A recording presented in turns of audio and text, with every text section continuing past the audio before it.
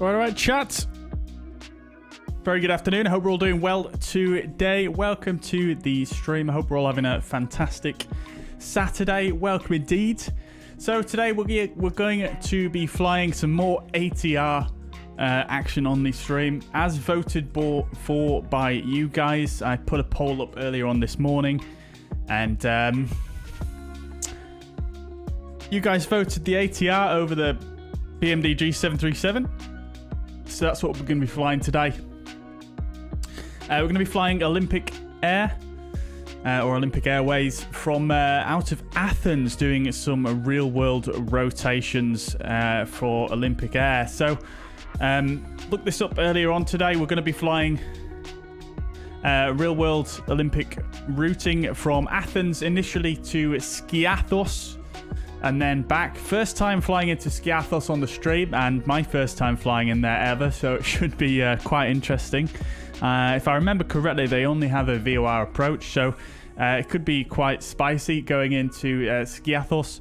And then once arriving back at Athens after the first rotation there, we're going to be doing another rotation over to Mykonos. You guys may remember when we flew into Mykonos not too long ago with Fuzz Air, doing the visual approach there onto, what is it, runway 16, I think, which is also quite a spicy approach, but I've not actually checked the weather for Mykonos yet, so I'm not sure if that is going to be the favourable runway to land on. But we'll see how we get on. Like I say, so Skiathos and Mykonos today out of Athens, so not one but two, but 4 legs today, so it should be pretty action-packed with lots of stuff going on, and the routes themselves are pretty short. Block time in total is going to be around an hour for each flight, so obviously including the taxi, etc. So yeah, pretty short flights, so I thought we'd just squeeze a few more in today, and we're starting a bit earlier than normal because it is Saturday, so why the heck not? Let's just get a bunch of flying done. Really put this ATR through its paces and see what we can do. Hopefully we won't break it again. So yeah, looking forward to that today, and yeah, enjoying the ATR. Although I did do a flight off stream last night, and yeah, the bugs are a little bit starting to become a little bit annoying, but hopefully we can work through them today. So who have we got in the chat then? We've got Beluga. Welcome to the chat. Like I said, regarding the course setting, we'll be doing that in the stream today, so you'll be able to see how that works. But essentially you just need to use the nav source selector. On each pilot's side there's a knob which says FM1. I think it says ILS1, ILS2, and then FM2.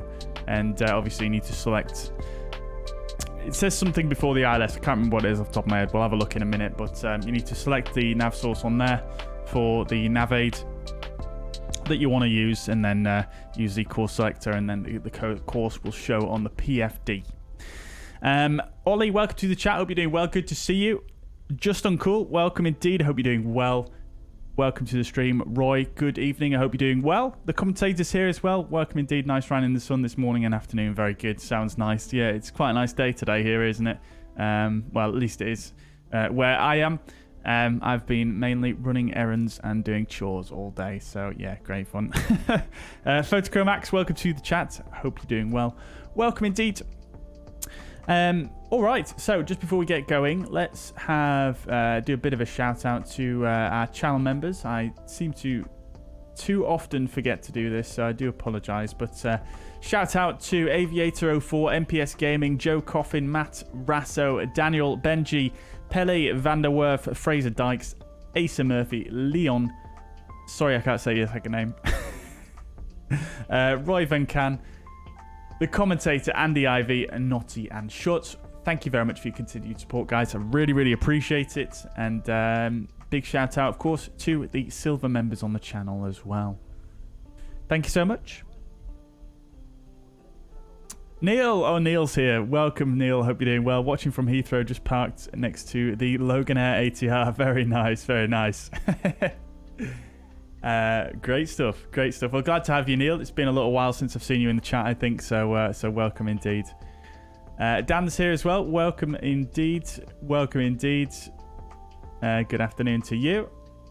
And Aviation Boy, welcome to the chat. Also, welcome indeed. Right. Okay, guys. So, we're currently here on the ground at Athens. We've got the beautiful ATR here with the Olympic colours on it.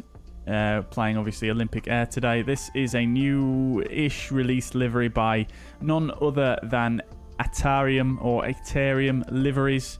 And it looks good. He says he's put some wear on it and wear and tear on the fuselage, but can't quite see any. But nevertheless, it is looking very, very nice indeed. I think they've also done custom prop textures on this, which is quite cool. I think they do look a bit different to the normal ones, which is lovely attention to detail and what we would expect from Aterium. Oh, there is some wear there on the nose. Very nice. And around the windows as well. Yeah, very nice. Very, very nice. And on the radome as well. Cool. All right. So what else has happened since the last stream regarding the ATR? We've now got a custom... Well, we've now got a native GSX profile. So FSDreamteam have now got some support for the ATR with GSX. So we'll be giving that a go today. And yeah, I mean, I have tested it. It does work okay. It's not fully quite as integrated as some of the other aircraft in the sim, but it does work relatively well. So yeah, we'll be giving that a go today. Right then, well, let's jump on board as we normally do.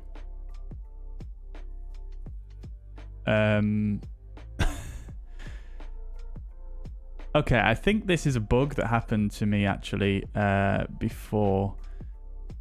I'm not sure there's a way to fix it as well without restarting the flight, which is super unfortunate.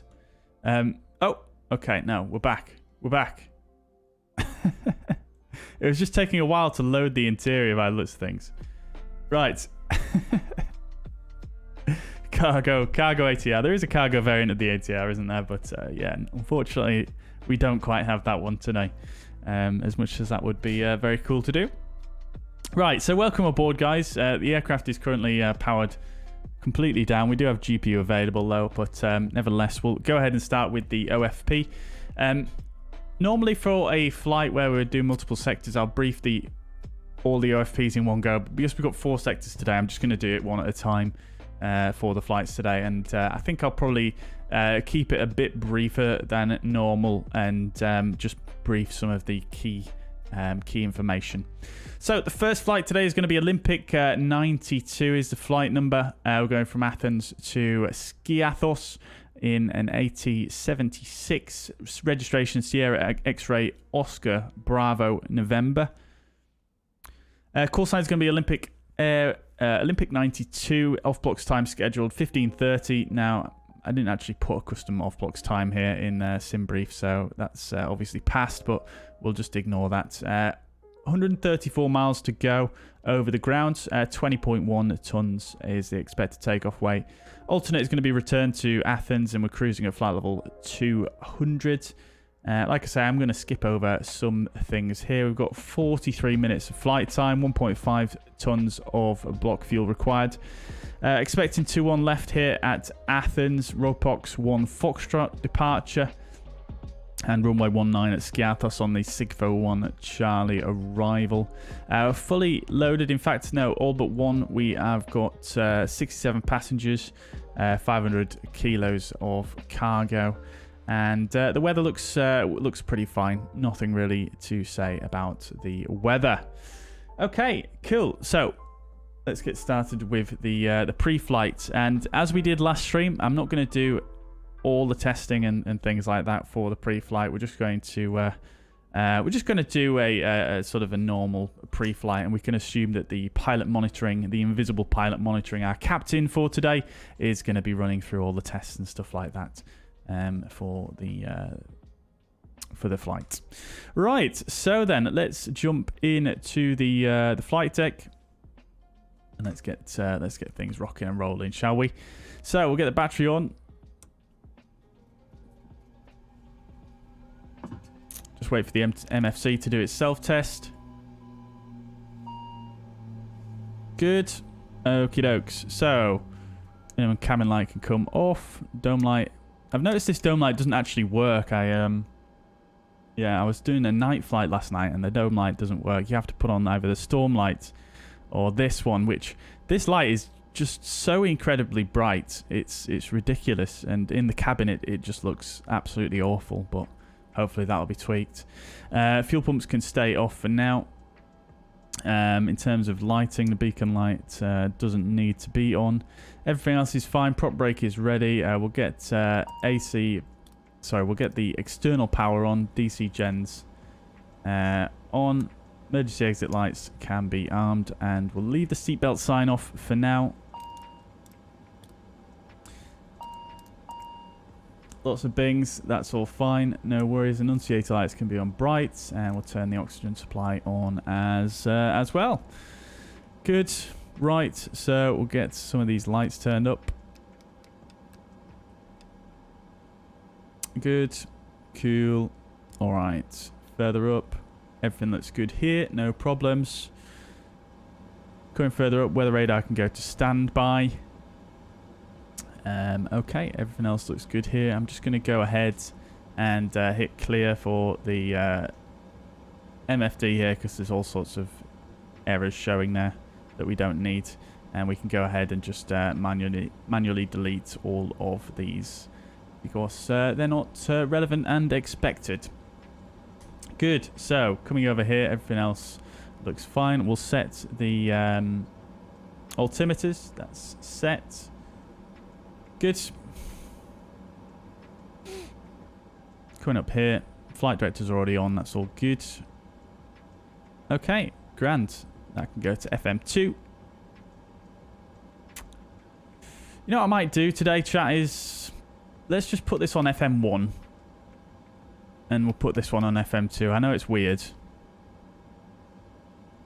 But as we know in this aircraft, and you'll notice I've changed my camera so it uses this left FMS.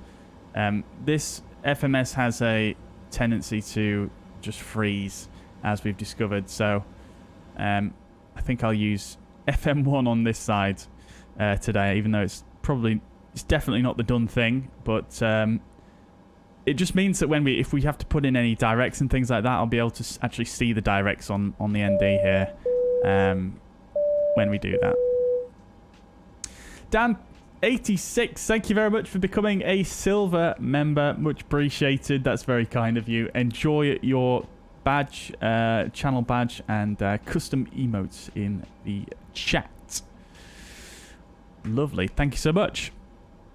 Right, okay then. So I think everything else is just about done. Like I say, the pilot monitoring is going to be doing the tests. I have noticed I put the interaction mode on this aircraft. I turned it to lock mode, you know, where it does the blue highlight. I turned the tooltips on just to see what was going on with this document door, and it does actually highlight, and it is a click spot, and you should be able to actually interact with that. But at the moment, for some reason, it's just broken. It doesn't really work. So yeah, there we go. We are going to be using, we are going to be pushing back from this stand today. So we'll turn the nose wheel steering off as well. Cool. Okie dokes. So we'll set the weights for the flight today as well. What I'm going to do is I'm actually just going to bring the fuel all the way down to something low like that. And then we are going to just set the payload weight initially to 5829.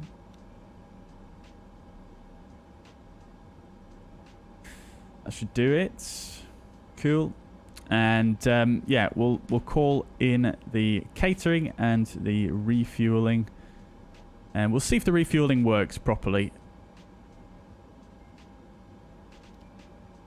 I noticed there was a bit of a strange discrepancy that happened when I used it last night. So yeah, it might not be worth using.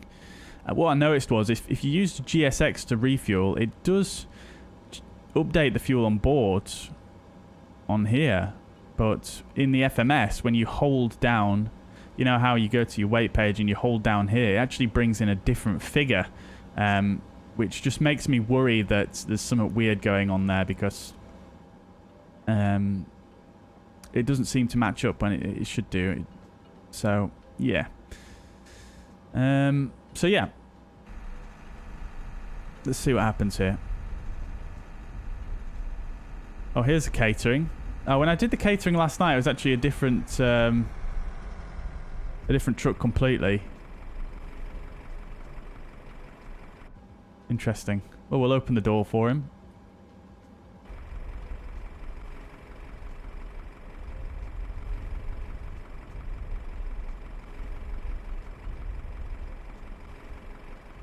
Okay. No animations there, I guess. Right. Fine. No worries. Okay, cool. So, we'll do the MCU setup now. I'll use this MCU and see if it freezes. Actually, no. We'll just do it on this one. We'll just do it on this one and see if that one works afterwards. I think that's probably a good thing to try. No problem at all, Dan. No problem. Favnik, welcome to the chat. RLXW, welcome to the chat also. Andy 10 right, welcome to the chat. I'm doing very well. I hope you are as well. Have I flown to from Rhodes Diagros before? I haven't. No, Favnik. Have you? Right, pausing it. Everything looks good. Accuracy 0.6. Nav data is current. Units are checked. That's all fine. Weight. Now, we don't have any fuel on board yet, so we'll just go ahead and hold this guy down. And we could input our own expected fuel figure here, but I do want to see what happens with the refueler when he decides to come, that is. I think he waits for the catering to complete first, so let's just close the service door because that's what they're waiting for. Off he goes. And we should have the refueler coming any second now. Stephen, welcome to the chat. Hope you're doing well.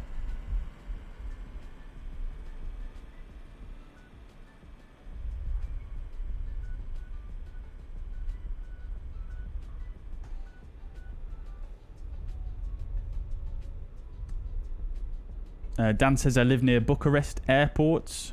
Tarom has a lot of flights with the ATR. Just waiting for a livery. I think there is already a Tarom livery on Flysim.to. I'm sure I saw that the other day. Or I may be thinking of something else.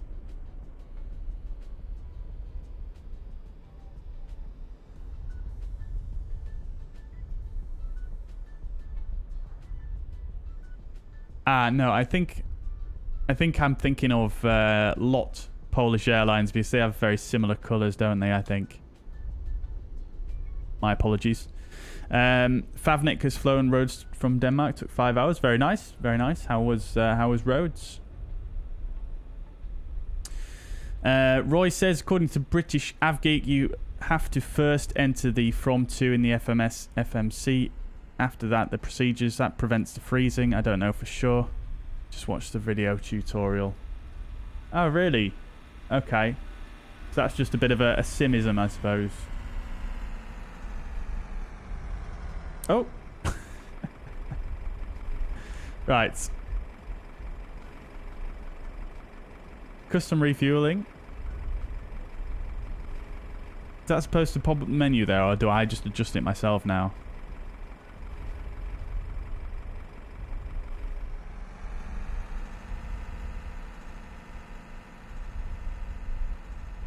Okay. So, yeah, it still doesn't work properly, the refueling, but hey-ho, never mind. At least we know we've got it set properly now.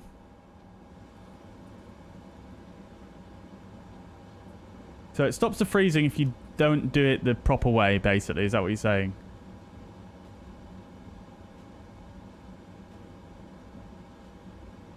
All right, well, we'll try that. I mean, I might have already messed it up, but let's see. Still seems to be working okay. Okay, no, it's already broken.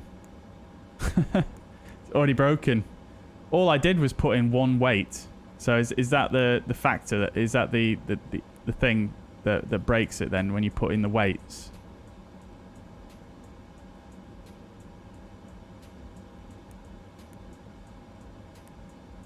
Oh, wait. Oh no, the previous and next pages work. But nothing else does. Okay. Anyways, we'll bring in the fuel on board. Which all looks good. Cool. Great stuff. Okay, and the reserve fuel is going to be 795.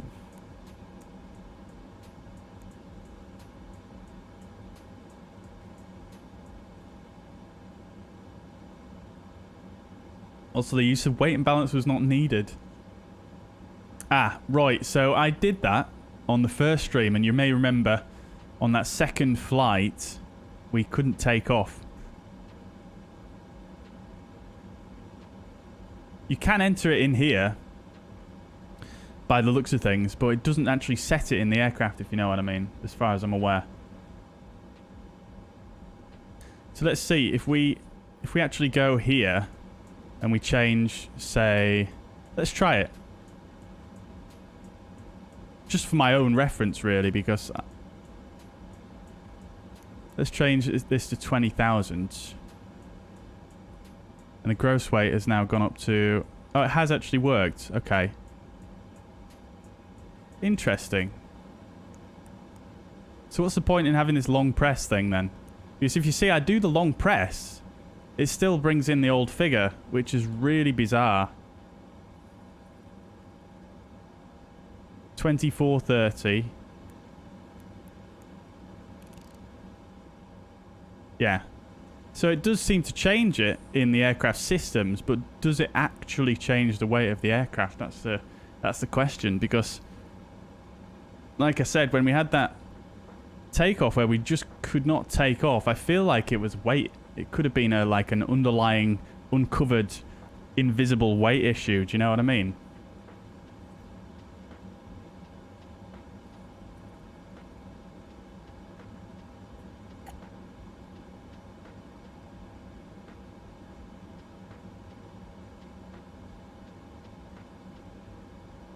Freezing happens when you enter the waypoints in a way. It's not done in the real aircraft.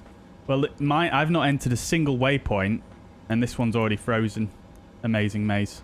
And in fact, the same thing has happened pretty much every flight I've done. I did watch 737's NG driver's video, and I left him a comment on there because... just letting him know, because every single flight I've done in this, it has frozen, and probably about... Out of the... How many flights have I done in it? 5 flights. I think only one of them it froze before. Only one of them it froze after doing the flight plan. I think, if I remember correctly. But that being said, for all the flights I've done, I've used the method that he mentioned on there. So obviously using the line select keys rather than typing it in manually. So I'm not entirely sure that's the cause there, because I've not had that experience. As much as, you know, I would have loved that to be a fix, I've tried that and it does still seem to freeze. So not sure what to say. Striker says I have a bug every time I fly the ATR. It's constantly banking to the left. Do you have rudder pedals, Striker? Andreas, welcome to the chat. Hope you're doing well. Dan says, good news is there are fixes for everything and sent to Microsoft for approval. Amazing. Amazing. Well, hopefully that comes out when the marketplace updates next week, if not earlier. Graphics settings, Andreas, ! Graphics in the chat.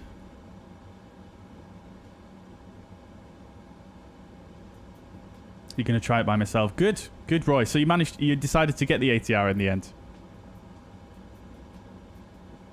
Yeah, I'm hoping the freezing's gone next week. I'm hoping. Well, when the update comes, and might not be next week. Anyways, let's carry on. So, right, I've lost my flow now because I've pressed the wrong button here. So, weight, we've done perf init. Cruising altitude today is going to be flight level 200.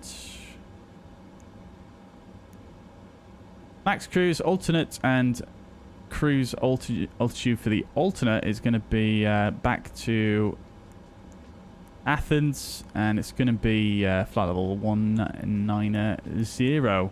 Now, one thing I've noticed as well is if you put this in, it doesn't seem to transfer it over to the perf cruise page either, which you would have thought it would have done, because otherwise what's the point in putting it in there? So if I go to perf cruise, oh, it does actually have my alternate this time. Okay, yeah. The flight I did last night, it didn't. Anyway, confusing inconsistencies is something that is quite persistent with this aircraft. Anyways, carrying on with the routing. So we're going to go from Greece, Athens to LG. Where are we going? Skiathos. And the call sign is going to be OAL 92. Execute. And we're going to be going... Well, we don't actually have any en route waypoints, really. We're just Ropox B1 Sigfo. So, Ropox.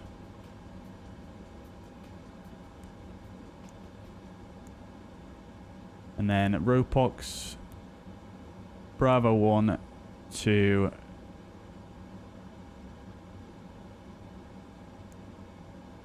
Sigfo.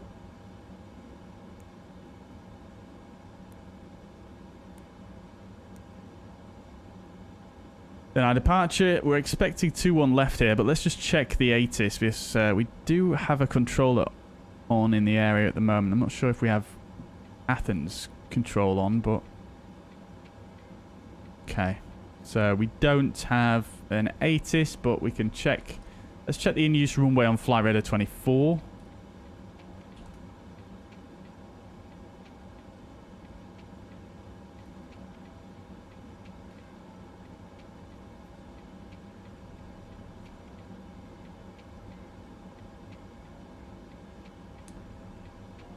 That would be 2-1 left, I believe.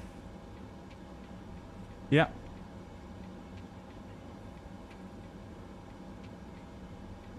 As per the flight plan, and it's going to be Ropox 1 Foxtrot. Good. Right, and then arrivals into Skiathos. Runway 19. Is NDM? Is that really what we have there? Is it an NDB approach? I thought it was a VOR approach. Oh, crikey. Let's have a look. Oh, it's an NDB approach. Oh, God. We're expecting 19er anyway. Via the Skiathos transition.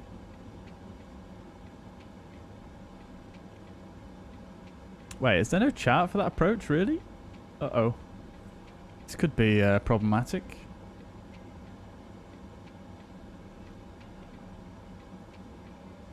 Oh, there is. Okay, there is.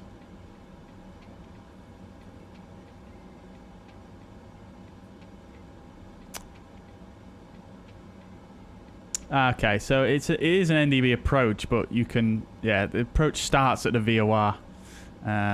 So, yeah, anyway. 19er. And it's going to be the Sigfo 1 Charlie via Skiathos.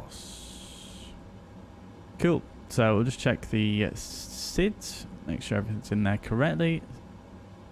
So SPA, which is the Athens VOR at 700 feet or above 6,000 there, that's fine. And then out En route. Good. Sorry, right turn to Athens from that point.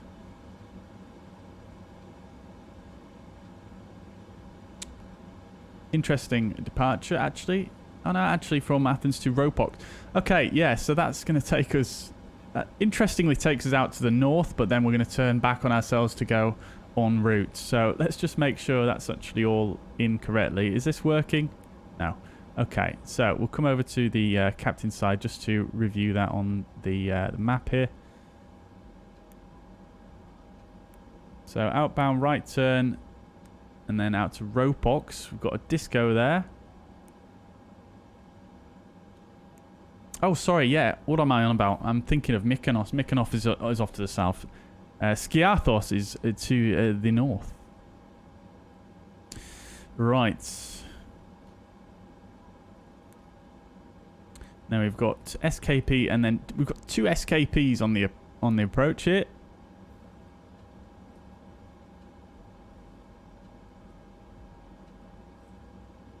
Okay. This is 4 miles out from this. Which doesn't actually make a huge amount of sense, but... Nevertheless, we'll fly it using the... we won't fly it using the FMS data anyway. That's fine. We'll use it using the raw data. Okay, cool. That's fine. I'm happy with that. Lovely. Cool. We'll not bother with the secondary. So, carrying on then.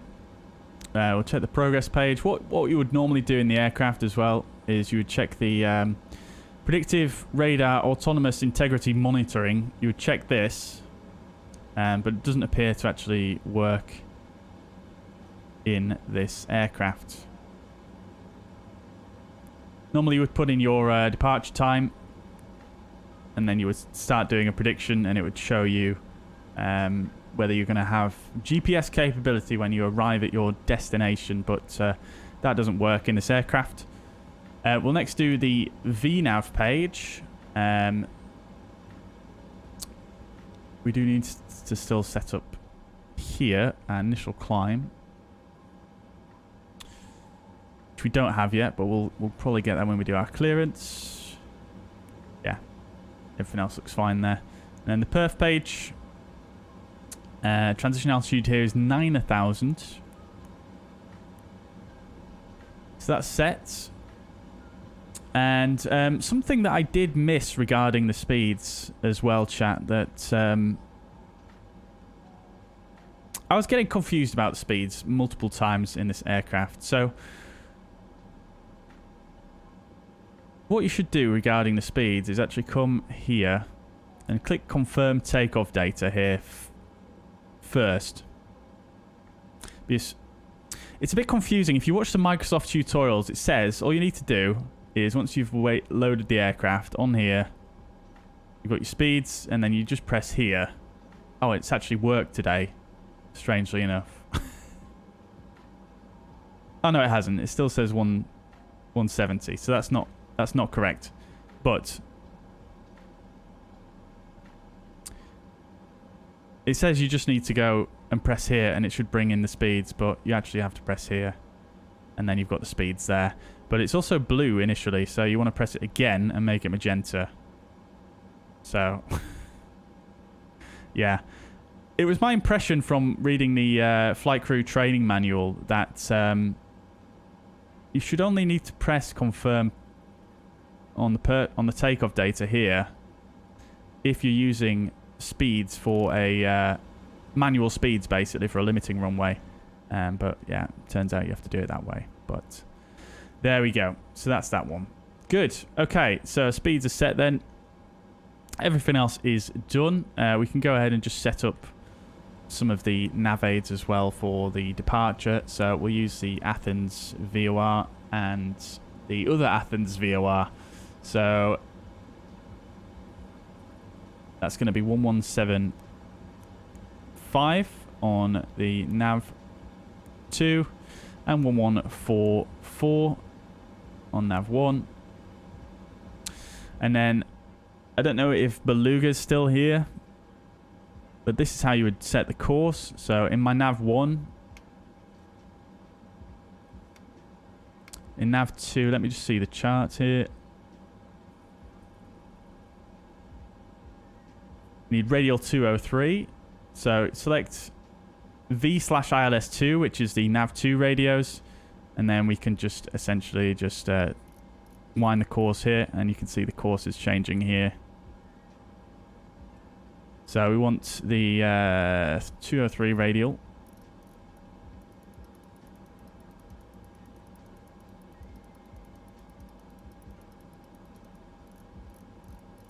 They are painfully slow though, these knobs. 203, and then on the nav 1, we want the inbound. Set 203, return right. ATV VOR, and then intercept the radial 349 inbound to Ropox. So 349er.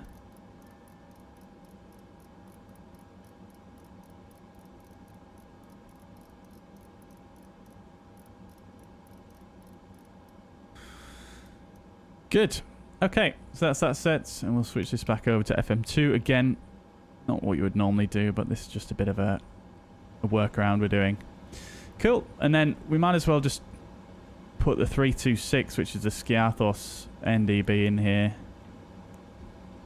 as well, just whilst we're setting up, because we know we're going to use that. And then we've got 113 for the arrival. We'll amend the course obviously once we're finished, once we're en route here. Right, okay, so cockpit preparation, that's all done. Final cockpit preparation. Parking brake is engaged, altimeters are set and checked, landing elevation is checked, FMS comm nav is set, fuel quantity is checked, fuel used is... For some reason it always seems to put stuff in the fuel used as well, even on the first flight of the day. Resets, memo panel is checked, and power management is in takeoff. Good. Okay, so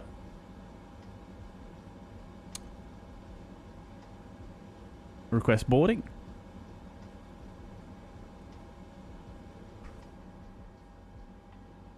Ah, you're still here. Good. Good, Beluga. Hopefully that all made sense to you. It's pretty straightforward. Okay. Passenger's bus is coming. Let's open up the cargo door for baggage loading. The animations are really nice on these exterior doors as well, which I do enjoy. What this aircraft next to us is supposed to be. KLM E275. Okay, very nice. Very nice.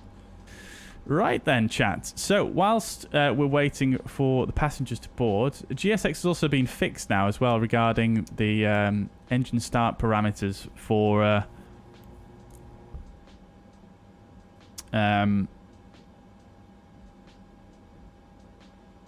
excuse me, what was I going to say? Yeah, it will allow you to have one engine started. Well, in fact, we'll do it a little bit different today. Why not? We'll do it without using hotel mode for the engine start. Yes, I have seen procedures done before where they will have the GPU connected, and they will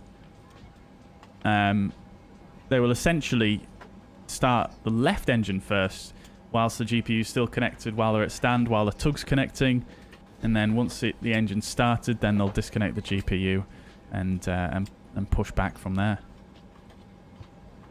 Jonah, welcome to the chat. 46 degrees in the cabin. Yeah, I think the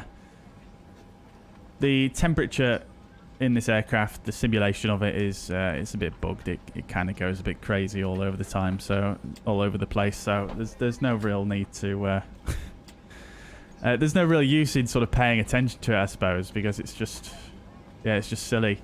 I don't think it would. I mean, it's 16 degrees outside, There's no way the temperature would get to 48 degrees in here with nobody on board. Patrick, welcome to the chat. Biggles, welcome. Hope you're doing well. Skiathos sounds like therapy. Not sure what you mean there, Peter. Nevertheless, welcome to the chat. Hope you're doing well. Welcome indeed. Alrighty. So, let's just make sure we've got everything else set up as we want it. So, we'll go serve.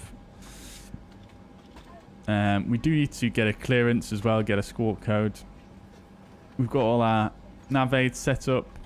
Traffic is above. We'll get the terrain radar on airport and nav aids. And we're not going to use synthetic vision. So, let's speak to the controllers then. So, what frequency are they on for Athena radar? Let's see. Do they actually cover? They do. Okay. 129675. I also feel like, I think last stream I was looking for this button as well, this radio button. It's just RMS right there. I can't believe I'm completely missed that, but there it is. It's even got a circle around it. It is a bit easier to actually set the radios using this, I think. So let's do that. 129675.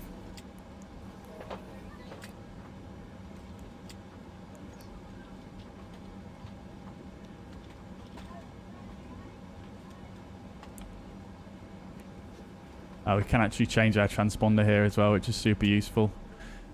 Yeah, because the only thing is with this is, I mean, you can look down like this and sort of zoom in and get it right.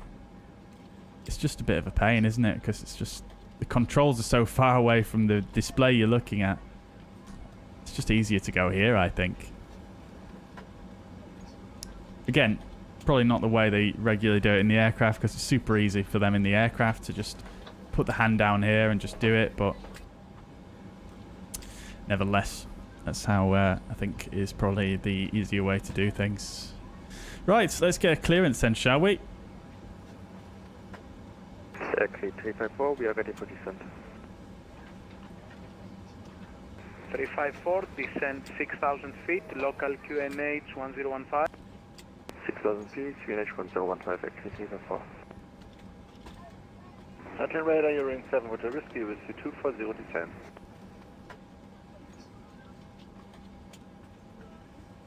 In my opinion, they think they should have prioritized making a Q400 first.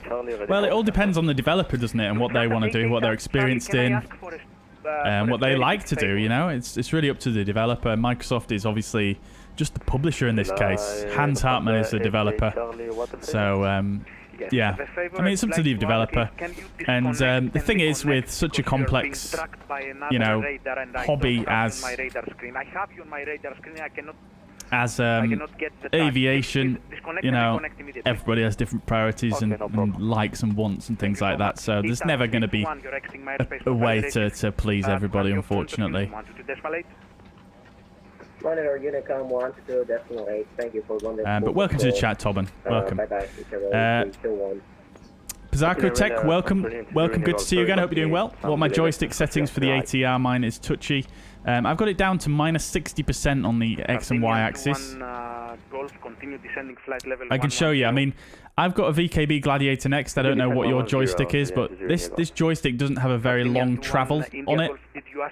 So I generally set my sensitivity probably a bit lower than, you know, some other joysticks like the TCA, for example. But that's what I've got set there.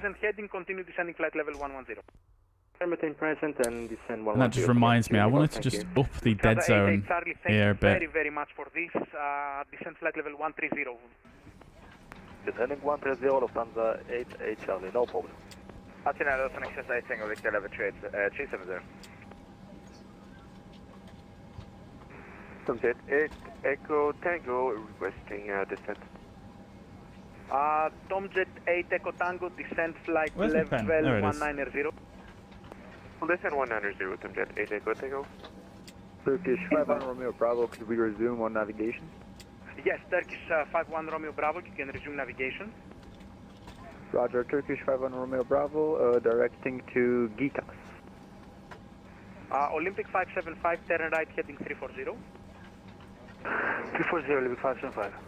Turkish 51 Romeo Bravo, I can give you Trying to find a point where I can speak here. Let's do some more setup whilst we wait. We'll just go heading, nav, and IAS, VNAV. Requesting permission to descend Romeo Sierra Uniform 055. 055, descend flight level 80. 80, Romeo Sierra Uniform 055. Express 8 Tango Victor radar contact 370. God damn it, I was too slow. Tango Victor. Device 346 Mike for evacuation Foxtrot, expecting system number 9. Oh, this is the Embraer next to us. Windmill 178 radar contact now, level 350, proceed as filed. As filed, ευχαριστώ, 178. Athena radar, very good evening. Olympic 9-2, stand Bravo 62 at Athens, type AT76, request clearance to Skiathos.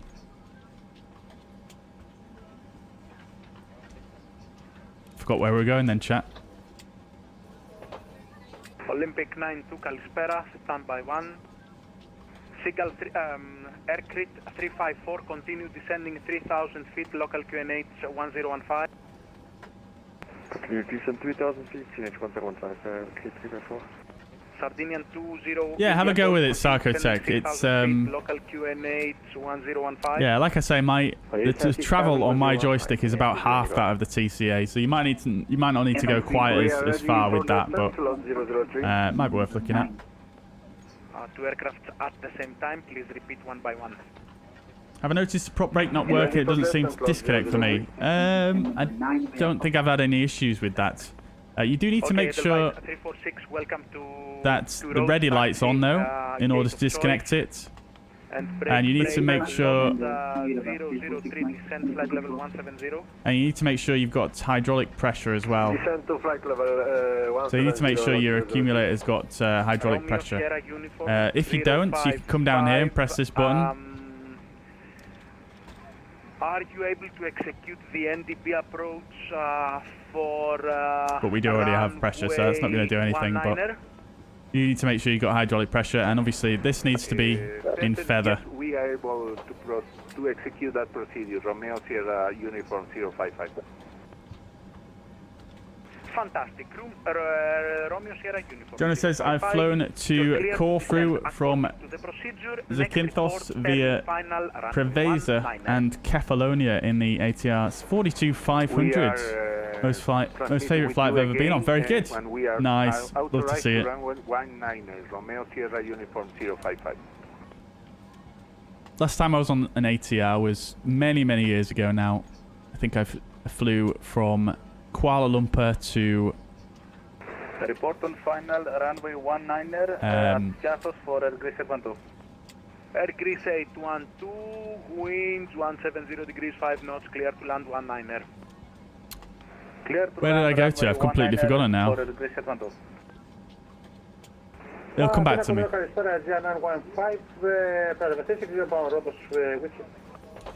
Biggle says, could you have a look for my rucksack whilst you're at Athens? It got lost when I went backpacking around Greece 15 years ago. I mean, I've not seen it. I've not seen it. Oh no! Oh no! What's happened here? Oh dear! I wondered why the passengers weren't coming on board. Dear oh dear. Well, this worked fine last night, but it seems to have messed up today. Never mind. Let's just do that. Aegean 317 inbound Egvis level 370. 317 Kalispera. Please squawk 7230. Dear oh dear. Squawk 7230, Aegean 317. Olympic 575, right heading 010, cleared ILS approach runway 03 left. Report established. Cleared for the ILS approach runway 03 left. No worries, Mike. No worries. Hope that helps. 575, new Metar, winds 210 degrees 6 knots. Are you able to take 03 left? We're able for 03 left and 03 right, whatever. Okay, sorry, 03 left. What you can also do as well is if you're on the ground and you've got external power, you can just turn on the AC wild external power as well, and that should...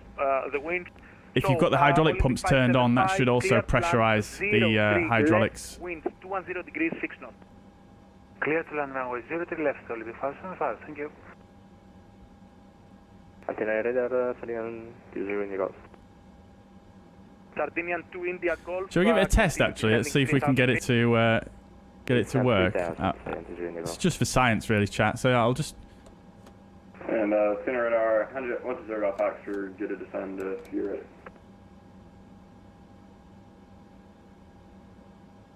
November 1-2 Golf Fox, descent flight level 200. 200 Fox. Hydraulic pressure doesn't seem to decrease at all actually when you... 771, good evening, radar contact 330, proceed as filed. Okay, never mind, looks like that doesn't seem to work properly. Airgris 812, welcome to Skiathos, taxi to parking position of choice. Copy, taxi to parking position of our choice for Airgris 812. Lot 003, continue descending flight level 130. Continue descending to flight level 130, lot 003.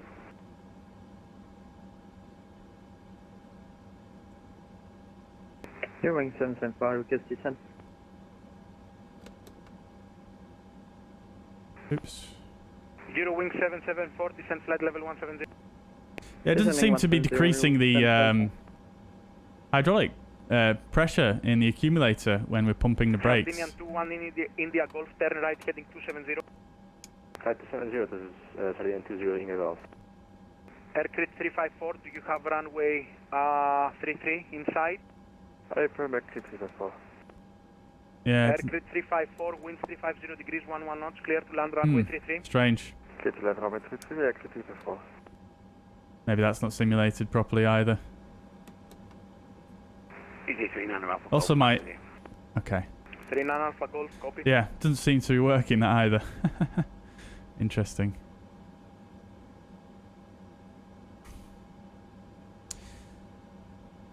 Athena, Olympic 9-2. Olympic 9-2, apologies. Are you ready to copy? Olympic 9-2, ready to copy. Olympic 9-2, clear to Skiathos, Orbx 2 Tango departure from runway 03. Actually, the winds have changed, so it may be a good time to change the runway. Stand by 1, Olympic 9-2, and this time I will get back to you. Okay, stand by, Olympic 9-2. Okay, crikey chat. Dear oh dear. Lot 003, do you have a problem if we vector you for... Winds are 1404 knots, so hopefully, yeah, we should get a... He was going to clear me for a different runway and departure then, but hopefully we should get the what we planned for if... because the winds have changed, so... Okay, so we can be vectored by you, lot 003. Lot 003, continue descending flight level 110, maintain heading. Continue 110, maintain heading to lot 003. Olympic 9-2, clear to Skiathos, Orbx 1 Fox departure, 21 left, initial and final 200, squawk 7232. Cleared to Skiathos, Ropox 1 Foxtrot, 21 left, final altitude, flight level 200, squawk 7232, Olympic 9-2. 9-2, all correct, QNH in Athens 1015, push and start approved, next for taxi. QNH 1015, push and start approved, call for taxi, Olympic 9-2. Right, good. Okay then, chat. So that was all relatively straightforward. So 7232, and we're clear to push and start as well. So nice and straightforward then. Final cruise, final altitude is going to be flight level 200. So I'm not sure if that's him. I think that's him clearing us all the way up there straight away. So let's set that. Sardinian 20 India Golf, you're cleared for the VOR Alpha for runway 33. Are you clear for VOR Alpha runway 33, Sardinia to 0 India Golf? Thank you again. Sardinia to 0 India Golf, no problem. Continue the approach. You're currently. Okay, so let's just double check we've got everything in as expected. So 2-1 left, Ropox, 1 Foxtrot is what we planned. So that's good. Right, fantastic. So. Oh, something's gone wrong with my. Oh no, we're fine.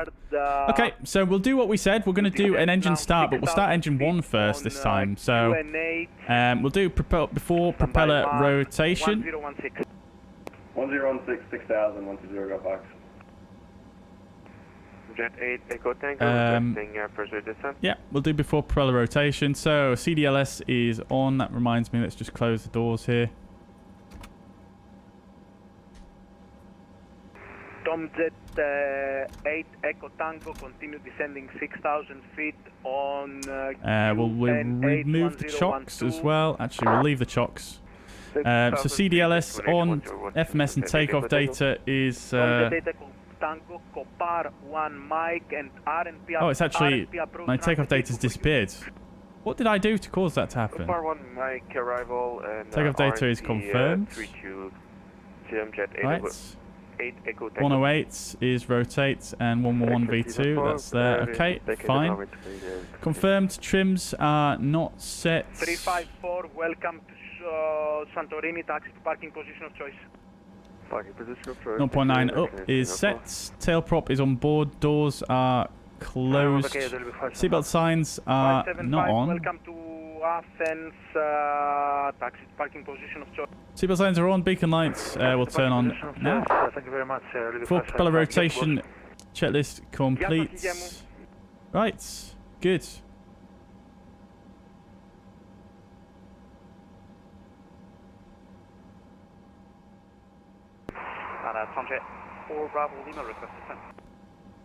Let's do it. So we'll go for an engine start on number 1 first. Runway on site, Romeo Sierra Uniform 055.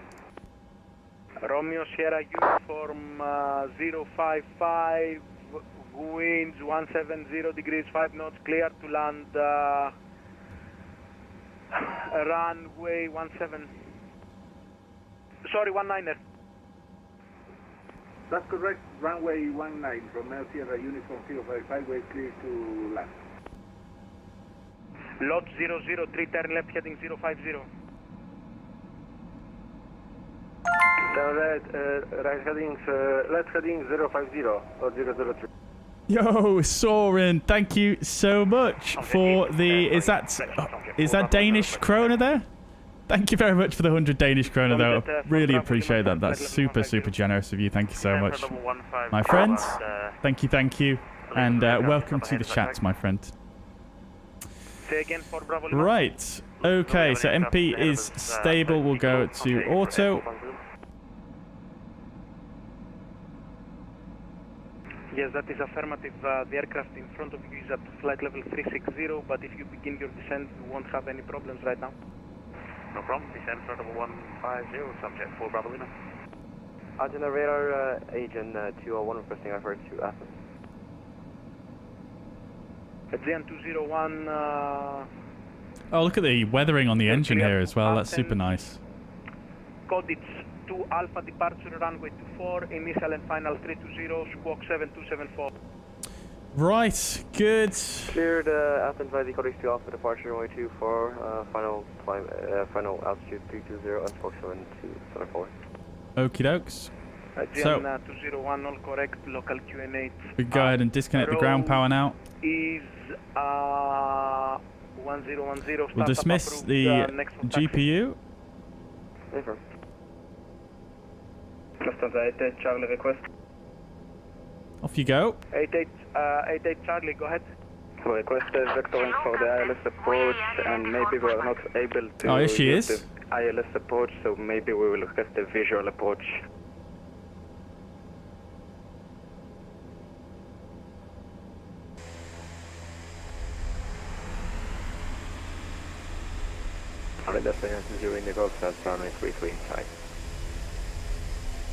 I swear this aircraft moves when FS Realistic is on.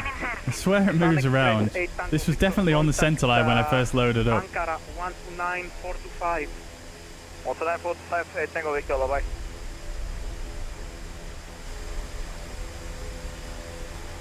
So as you can see, GSX appears to work okay now when the engine's running, which is good. All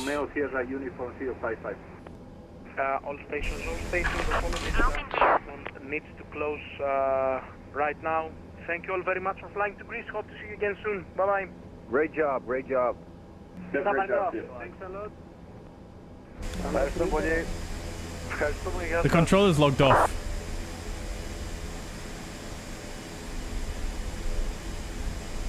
We'll wait for this guy to pass. Oh, he's coming in here.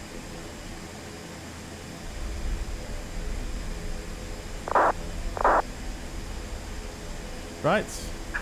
Release parking brakes, please. Crikey, so many messages. Right, it's parking brake released. Commencing push. All engines clear. Start at wheel. Right. Engine start on number 2.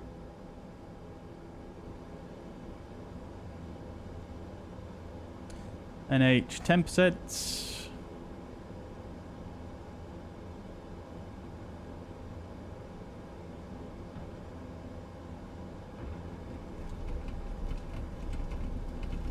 Oh, I forgot. The GSX pushback also seems to do some weird things to the aircraft. Just look at the NP here whilst it's pushing back, and you can hear that funny sound as well, which I think is from FS Realistic, but it's obviously related to some parameters regarding the aircraft. So yeah, look at the MP. It just doesn't seem to do what it's supposed to do when you're using GSX pushback, which is very odd. And you'll notice once the pushback stops, the MP will just shoot up to what it should be, which is very odd. That's just part of VPilot. Yeah, it is. Yeah. But I was just saying that so many people just messaged on the frequency, just saying bye to the controller there. Yeah. That's all I was saying. Please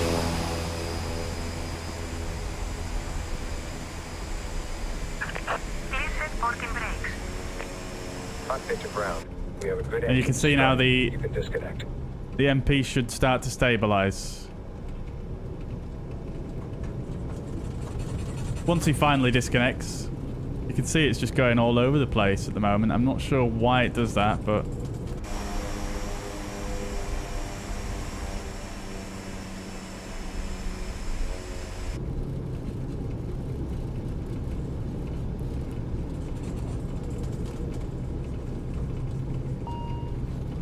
and we got brakes hot as well. What the hell?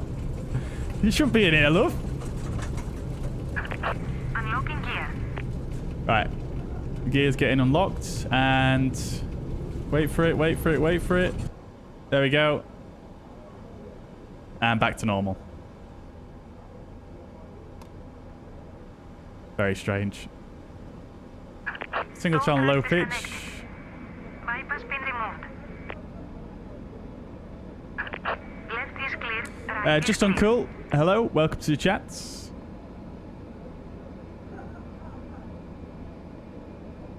Oh, sorry, Pilot TY. You were responding to Dan. I do apologise. Yeah, so it's just the tips turned on in VPilot, but if you go into your sim settings, you'll need to go to Assistance Options, Notification, and just turn on Software Tips here as well.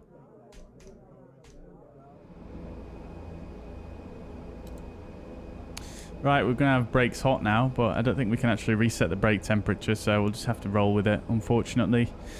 Right, chats, cool. So, we'll clear brake temp hot, and we'll do the before taxi checklist. So, recall is going to show us brakes hot, obviously, but that's fine. Cockpit comm hatch, I think it's still open. No, it's not. Good. Okay, that's closed. Condition lever 1 and 2, auto anti-icing is not required. TRU. We can turn that on. Is on and checked. Anti-skid test.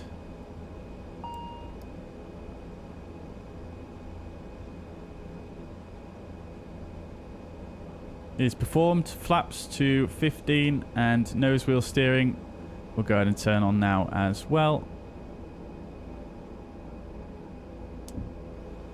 Even though I don't think that switch actually has any effect on the nose wheel steering from my testing, unfortunately.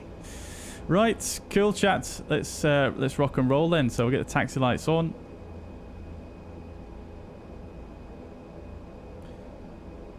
Bring up our taxi charts here. We're going to 2-1 left. Good. Right. Let's go.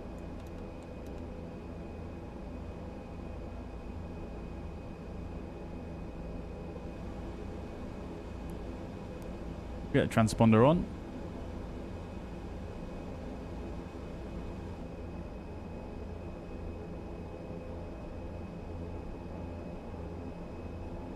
Get the Sky Express ATR. Love to see it. Athens traffic, Olympic 902 taxiing to runway 21 left via Charlie and Delta. Athens traffic. Right, chat, we've not done a takeoff briefing here, but we can try and do that whilst we're moving. So, taxi out. We were at stand Bravo 62, which is just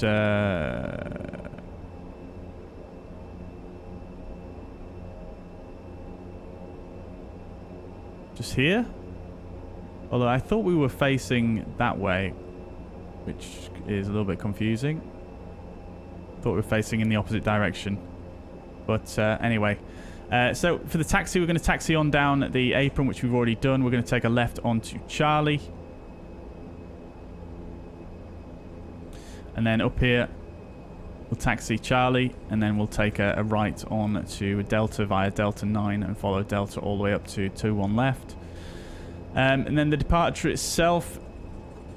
We're departing from Athens, Greece, 10-3 Lima charts, transition altitude 9,000, airport elevation 308 feet. We're using the Orbx 1 Foxtrot departure for runway 21 left based on the Athens VOR SPA. So it's initially going to take us out to 700 feet. Well, turn at the Athens VOR or 700 feet, whichever is later. Max 210 knots in the turn and max 15 degrees of bank. We're then going to continue outbound on the 203 track to 23 miles from the SPA VOR. Right turn. At that point, we need to be above 6,000. Inbound to the ATV Athens VOR. We're then going to leave that on a 349 radial up to Orbx. That's the departure briefing.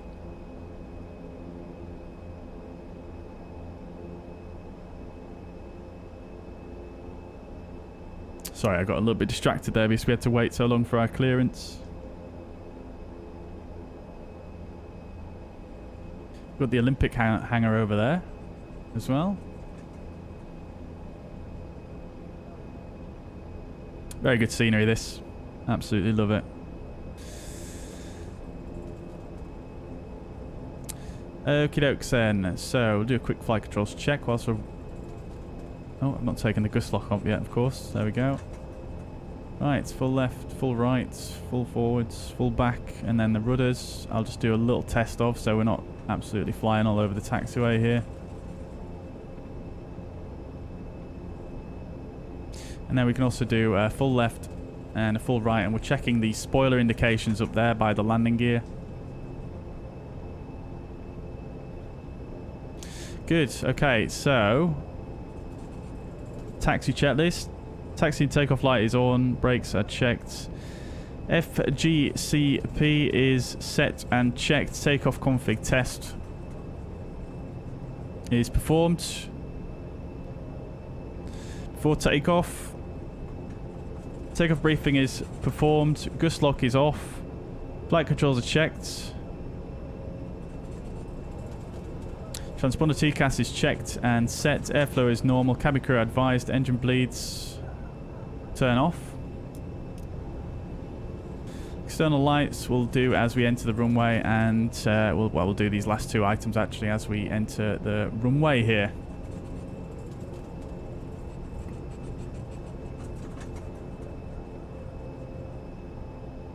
What's the key for getting the airport map on the MFD? It's just this click spot in the bottom right here.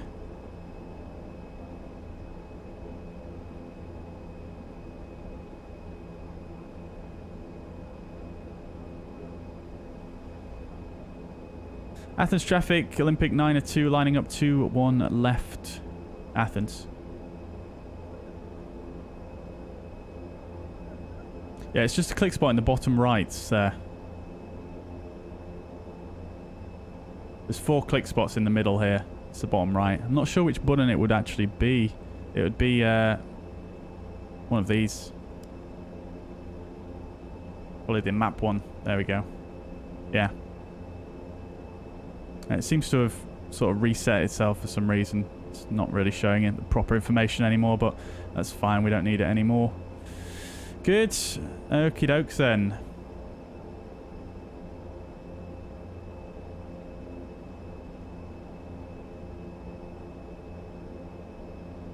Why have we suddenly started going so slowly here?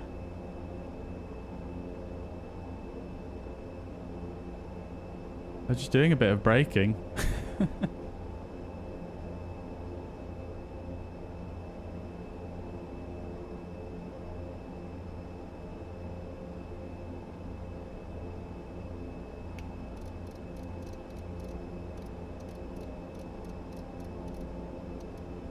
So heading to 212.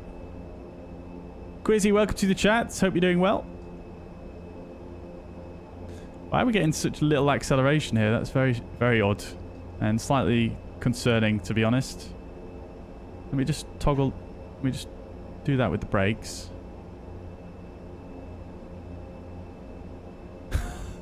Athens traffic, lot 003, establish on localizer runway 21 right.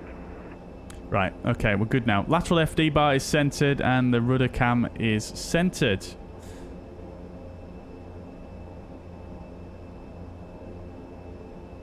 Good, okay then. So, before takeoff, checklist is complete. We'll get the landing lights and the strobe lights on. We'll start the chrono. Fuzz Toga's in the chat. Let's go. ATPCS armed. Airspeed is alive.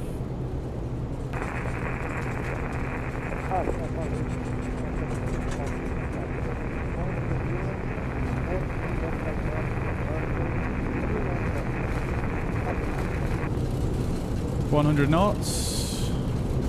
V1 rotates. Seems to rotate on its own. VNAV indicated airspeeds.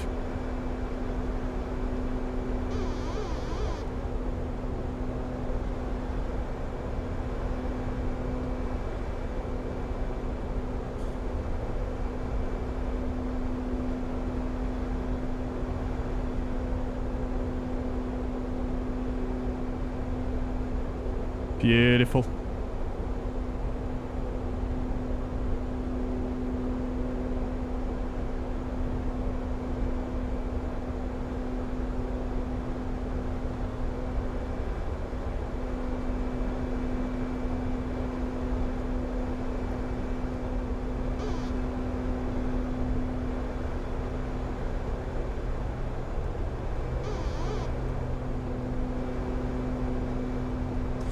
Okie dokes then. So, oh my days. It seems to want to roll left on its own. Someone else mentioned this earlier on.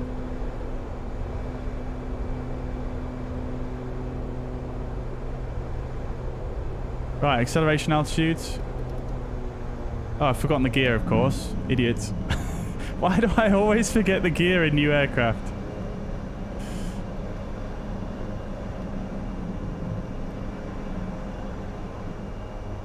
I think it's because I was concentrating so much by keeping the center line, and then it starts to rotate on its own, which just takes me off guard as well. Right, we're above the white bug, flaps to 0.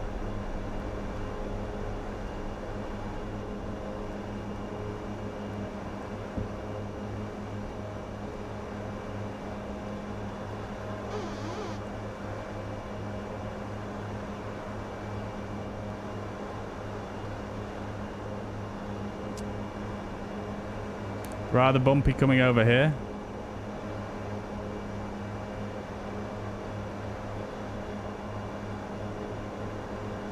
Right, we'll get the AP in there because I'm sick of having to try and fight it. Right, after takeoff, landing gear is up, flaps to 0, power range management is in climb. Engine bleeds. We'll turn on. I forgot the probe heat. Oopsie daisies. Taxi takeoff lights are off. Altimeters are set and checked. After takeoff checklist complete. Good. Right. Fantastic. Oh, look at that. What the hell? This is the Embraer who went on 2-1 right. Crikey.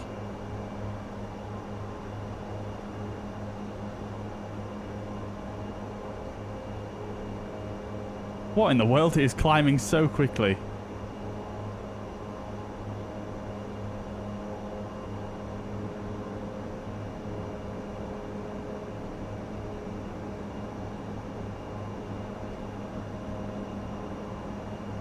Oh, I forgot my seatbelt chat. What am I doing?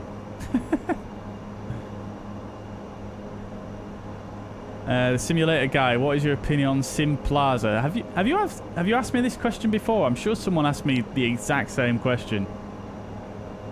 Yeah,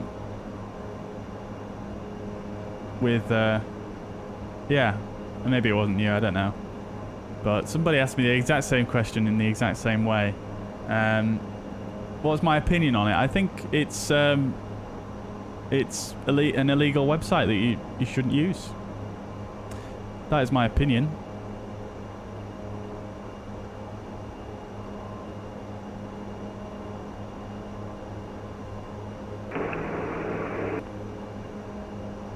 Athens traffic, runway 21 right, vacated to 003.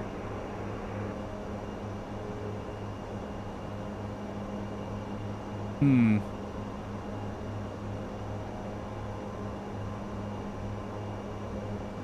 just cross-checking my routing here with the charts, and it just seems to be...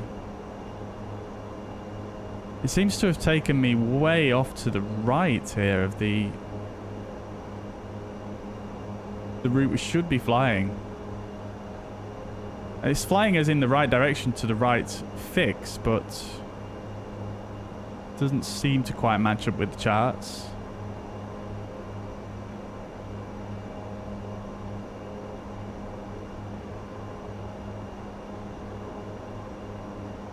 Should be flying SPA radial 203, so if we just go to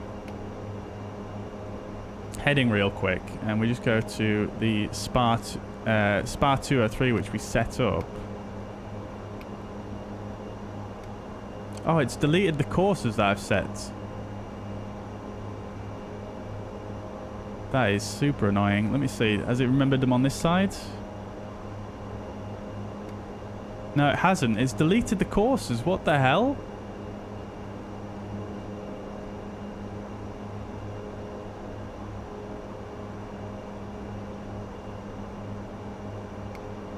So we should be flying on the 203. So if we spin this round to 203...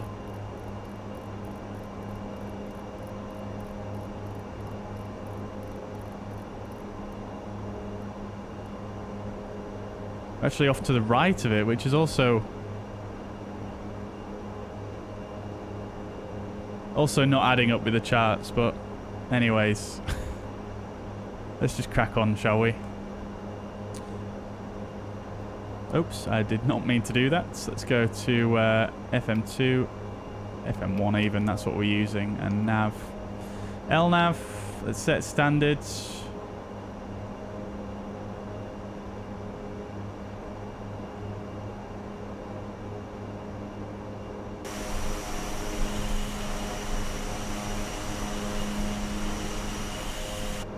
There's another aircraft super close to me. Oh, there they are. Looks like they're going left, okay. Looks like someone not using Unicom.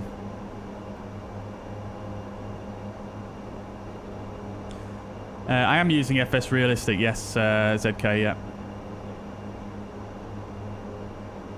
Ah, sorry, the simulator guy. I do apologize, but yeah, Simplaza. Yeah, don't use it. I mean, you're just ripping off developers who are, they're developing products for a super niche hobby as it is.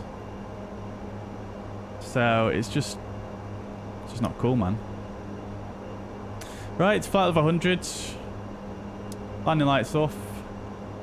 We'll leave the seatbelts off, seatbelt signs on for a minute because we've got to make quite a turn here in just a moment.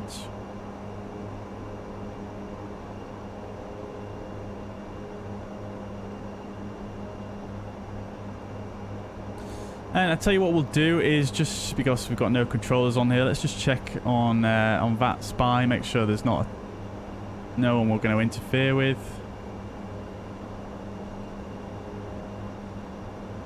Wait.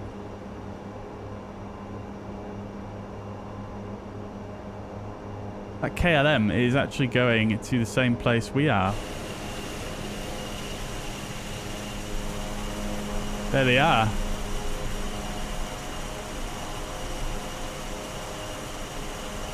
We're far too close together.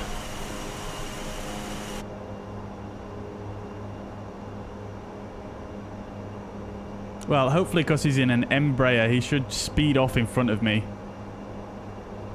And should create some separation, hopefully. But, yeah, that was a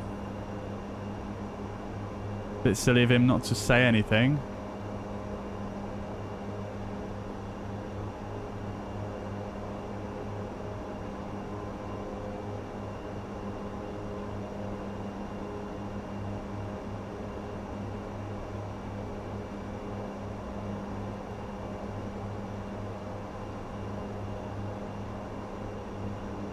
Aviation Kid, welcome to the chat. I'm doing very well, thank you. Yeah, how are you?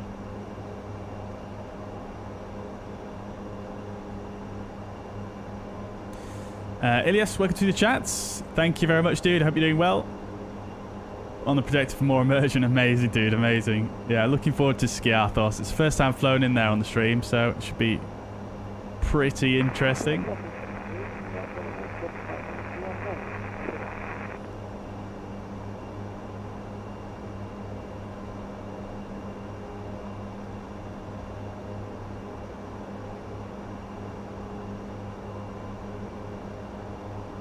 You think it's a ghost aircraft? It's actually a real person, that one, MPS. I've just cross-checked it with VATSPy.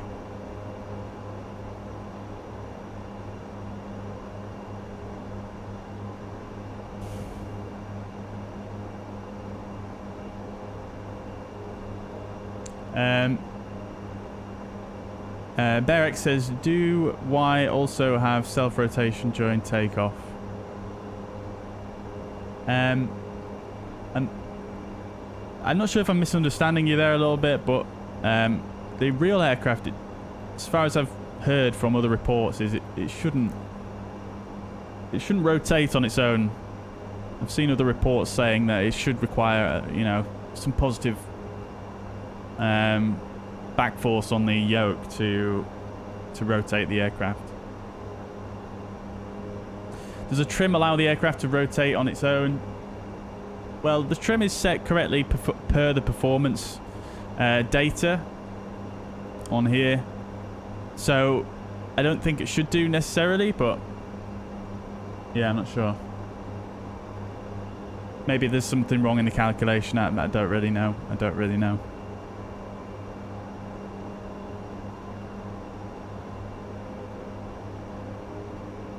But it shouldn't really rotate on its own, because if you think about it, obviously you've got your safety speeds, you've got your V1 speed, and it obviously starts rotating, before then, really. So, yeah, it shouldn't really rotate on its own, because obviously, what if you're already past? What if you've not got to V1 yet and you want to reject takeoff? So, yeah, it shouldn't really rotate on its own.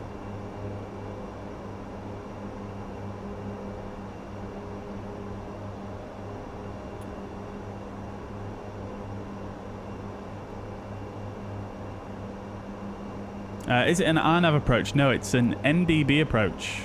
Barracks.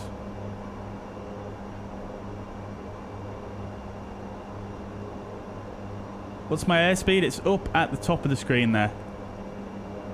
And the aircraft is an ATR 72600. Oh, I see what you mean, MPS.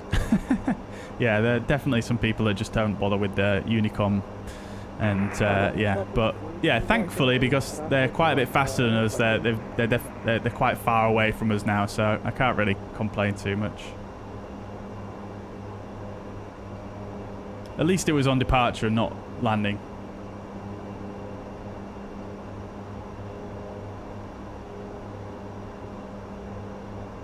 It's the new ATR, it is, Aviation Kid, yeah.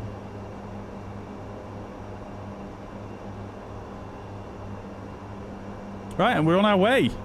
We're on our way, chat. Love to see it. Very good. Right, well, I'll tell you what we're going to do, chat, is because it is quite a short flight, we are going to prep for the arrival. So, we've already got the nav age tuned. We just need to set the correct courses. We are still flying the SID, though, which we will need the ATV, which is tuned on the left here. So we'll just amend the right-hand side here for now. Or nav 2, should I say. So,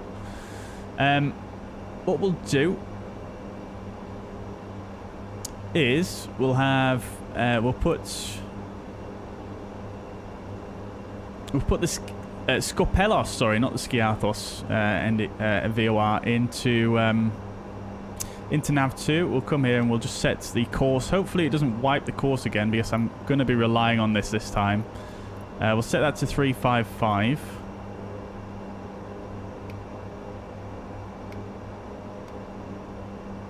So that's good. ADF's already tuned, but we won't pick it up now.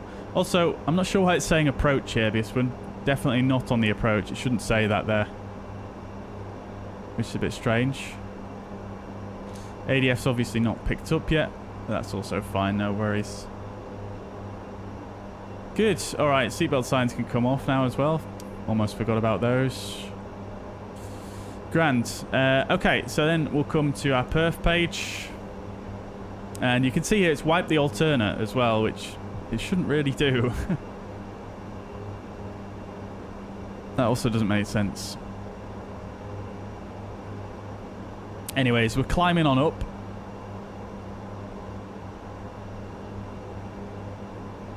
For our approach, transition altitude we'll put at flight level 100.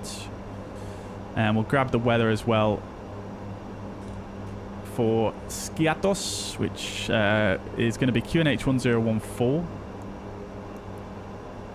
So that's set. We shouldn't need to change anything else. This wind, it's actually less accurate if you put it in using the METAR, as strange as that sounds. Because, as you can see, this actually updates the winds live from the sim, so there's no real need to actually change this. I believe, according to the Microsoft tutorials as well, it should update the QNH itself as well, but it doesn't seem to do that, so we'll put that in manually. And then the VNAV, you can't actually adjust these figures, as we've previously discovered. All we can do is check the landing elevation is correct, which it isn't actually, strangely enough. But I don't know if that will update once we get to cruise or not. It says 31 feet when the airport elevation at Skiathos is 54 feet. So we shall come back to that. Right, so we're now flying outbound. So if we actually go push to heading, go to heading, let's go to nav 1 here.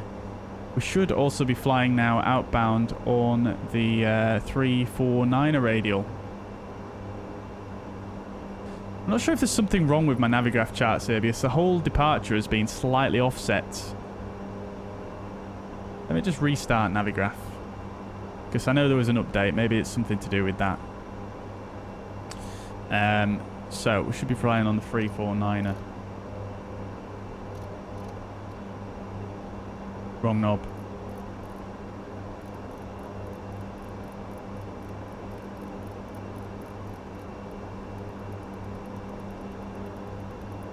which we probably won't be. It'll be slightly off to the left, I think.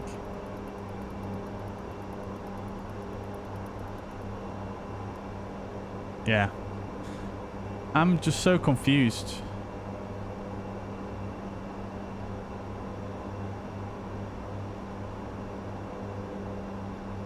I'll show you why I'm confused, chat.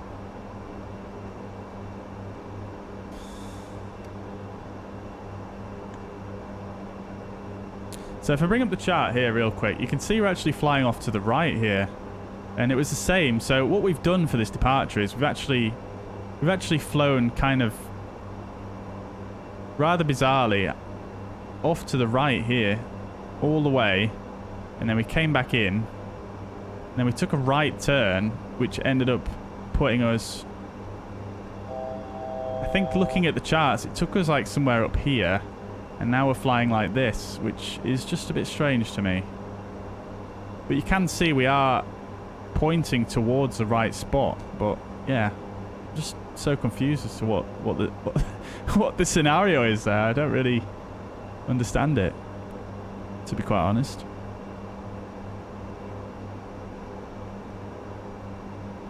Right, anyways, chats. We're inbound to Orbx now, so I think we can safely assume that our navigator not going to fail. We'll go ahead and set up the arrival now. So we only really need one VOR, so that's fine. We'll put it in on both anyway, and it's going to be, like I said, the 355.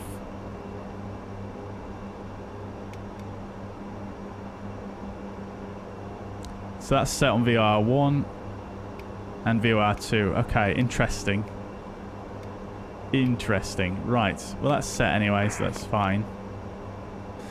Good. Let's see if it levels off properly.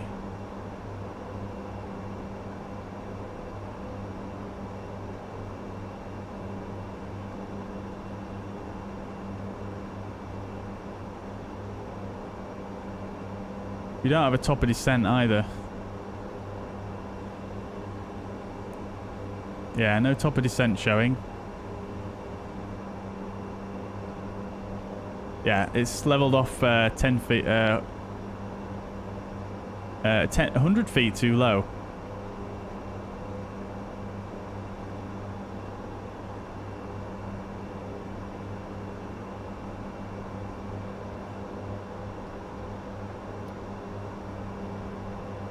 Being a volt, see? Interesting. I tell you what we'll do is let's just for science. Oh, cruise alt's reset to 199. 199. Okay, so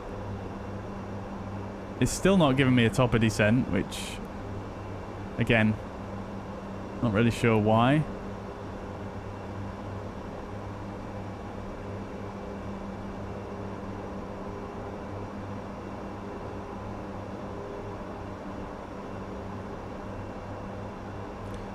Let's try do this and see if that improves anything.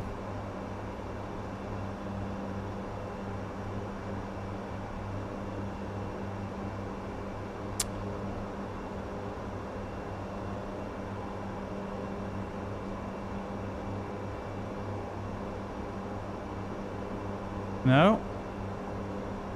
Oh, there we go. Something just updated and it's giving me a top of descent. Fine. Alright, that's alright. So let's just check the arrival then and make sure everything is in correctly. So we've got Skipelus, we need to be 4,000 or above there. I'm just going to set that to 4,000 exactly.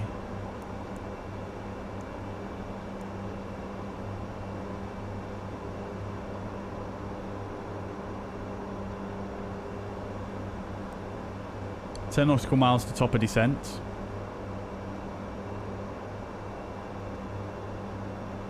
Liana, welcome to the chat. Hope you're doing well. Setting up a stream deck. Very good. Enjoy. I've got my chart on VFR mode. Do I?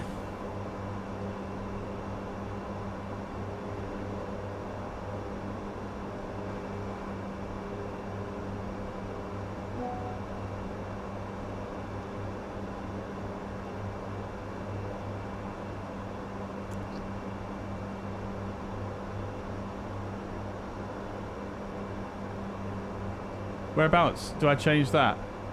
It's on CAO.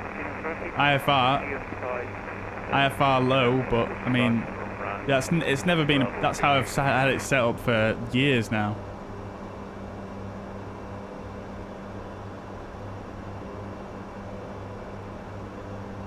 Is that what you mean? Are you referring to Navigraph or something else?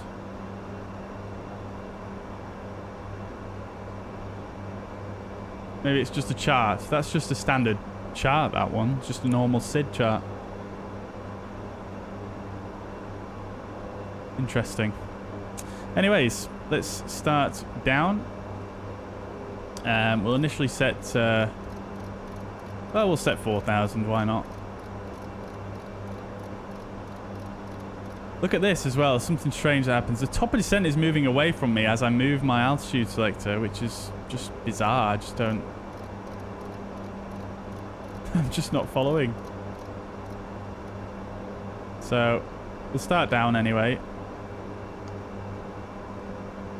We'll go to cruise power. We've not even managed to get up to cruise speed yet, but we'll start down.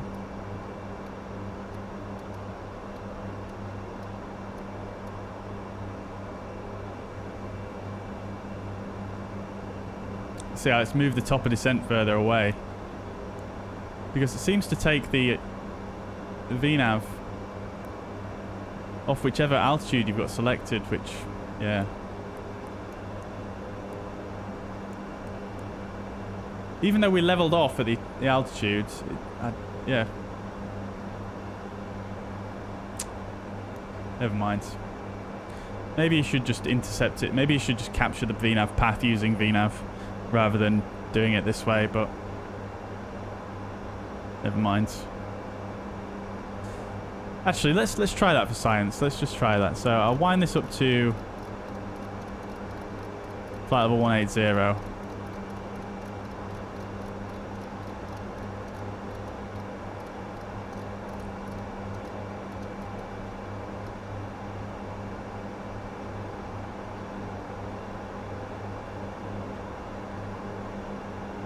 Everything in this stream is bizarre. It is today. It is today. Well, I mean, I don't know. There's a lot of bizarreness with the ATR that just confuses me.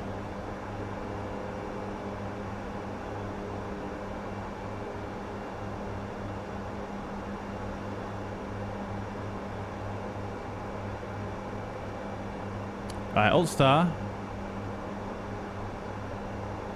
Now we'll go to VNAV. VNAV Alt Star. VNAV Alt. We'll go through the top of descent first and see what it does.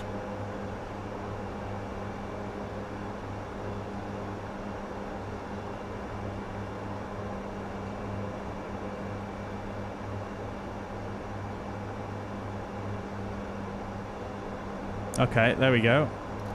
VNAV path. Right. Oh god, and then it does a sudden jerk, but hey ho. Right, we do have VNAV path now. It seems to be working as expected.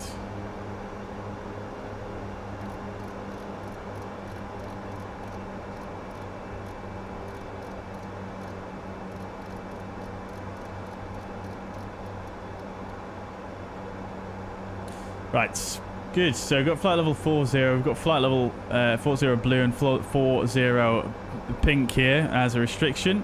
So that's fine. I'm not sure what the vertical speed indicator is doing, but hey ho. Let's go to manual speed selection here and we'll just set 240 knots for the descent. Right, so let's come back to the VNAV page and just see if it's changed regarding the landing elevation. It still says 31 feet, which is wrong. So let's just go manual selection and we'll set 50.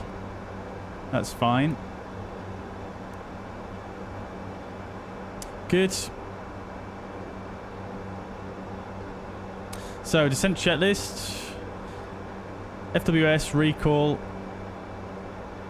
Still got hot brakes, that's fine.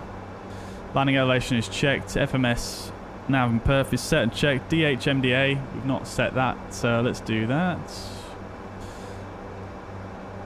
1,700 feet.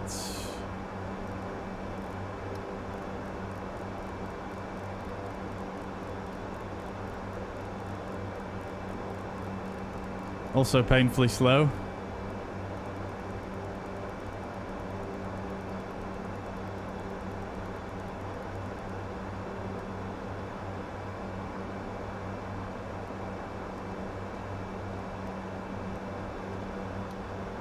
There we go.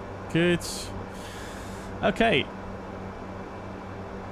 So that's set, and arrival briefing we will do now. Okay, chat. So let's do it. Sammy says, is the Fenix, is it close to the Fenix PMDG or less than that? It's definitely less than both of those by a fair margin. Oh, your damper as well, yeah. I must have forgotten that. Thank you very much, Rodrigo.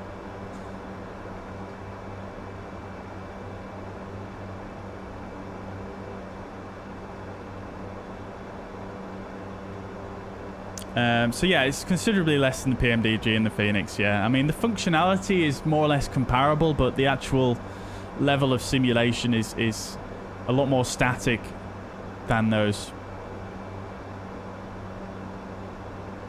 And there's quite a few things missing as well, which obviously in the Fenix and the PMDG there's basically nothing missing. Right, how am I not at the VATSIM event on Munich? Welcome, Numa. I hope you're doing well.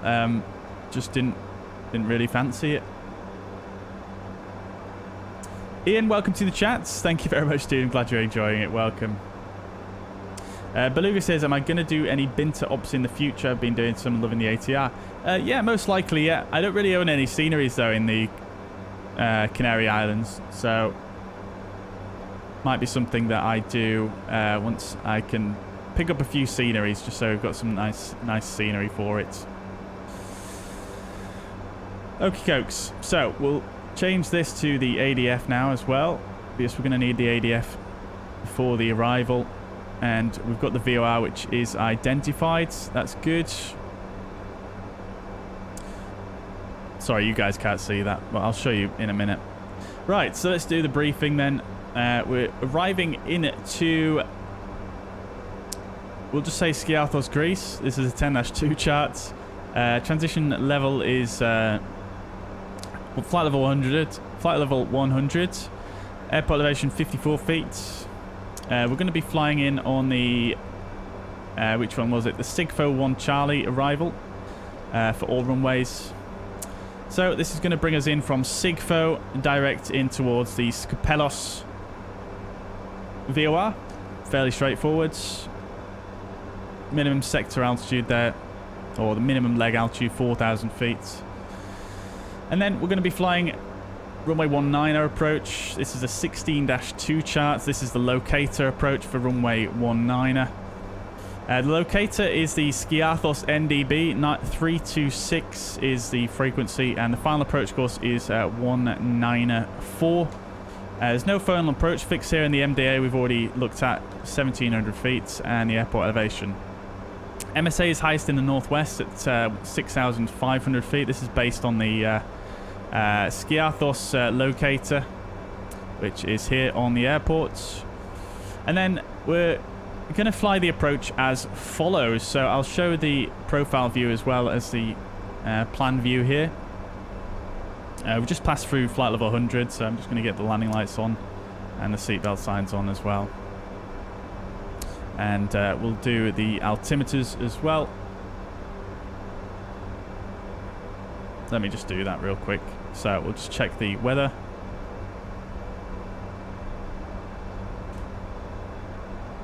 Oh no, there's no METARs anymore at Skiathos.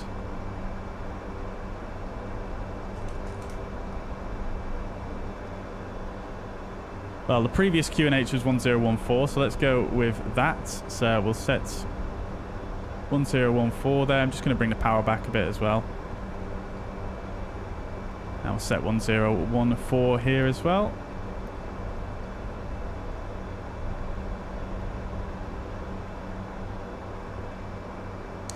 Okay, good. Good. Right, so carrying on with the brief here.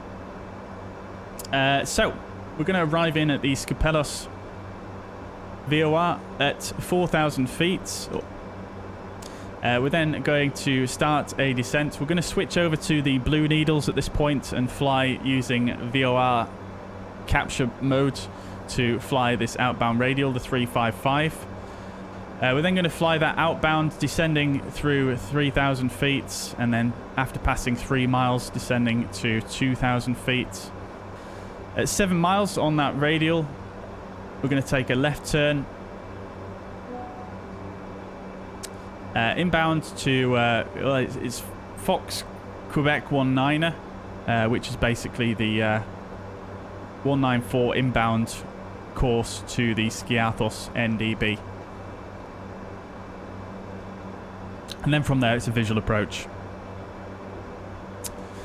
The runway is quite narrow at Skiathos and quite short, so it might look like we are high on approach. So we've got to try and trust the pappies and stick to our guns. The descent angle is only 3 degrees though, so it should be fairly straightforward. And then let's have a quick look over here.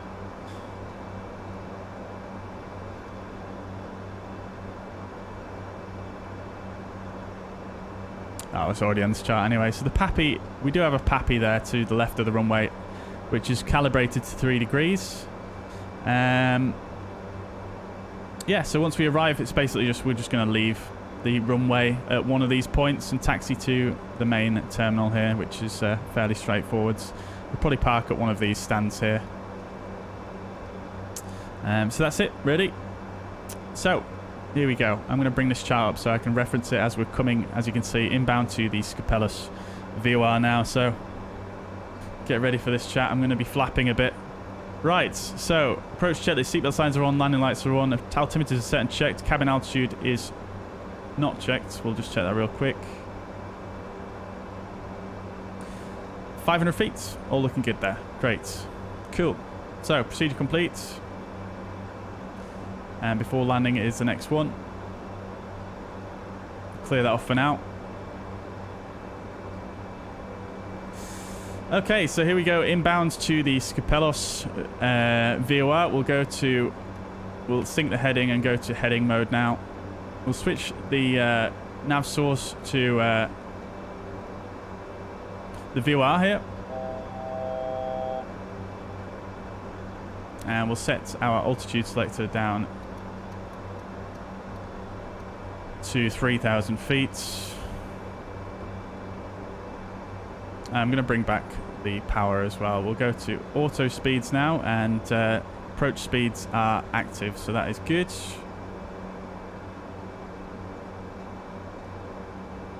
Right, here we go, chat. Here we go. Let's just start a replay. This will be quite a good one to watch back, actually. So I'm going to record it from here.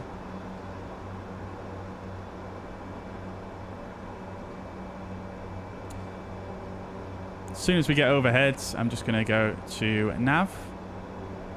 There we go. And once the VOR is no longer blocked, it should capture that outbound course. Oh, I've got the wrong course set. I thought I set that already. It should be 355. There we go. So VOR captured, although this display looks completely wrong to me, but it seems to be turning in the right direction. Let's carry on descending.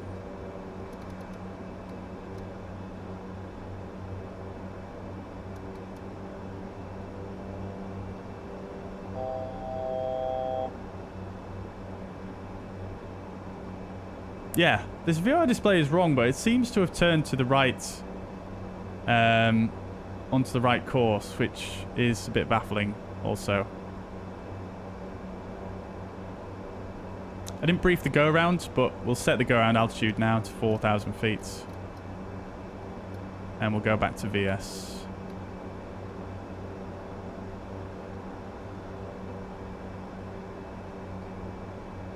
We'll keep going down. Oops, no. Just going to use VS for now. We'll increase the rate of descent slightly because we are a bit high.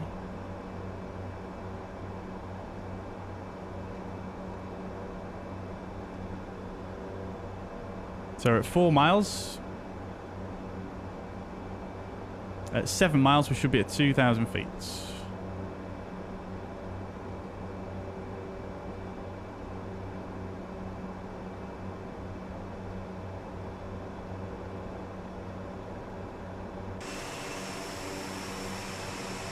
There's the airport.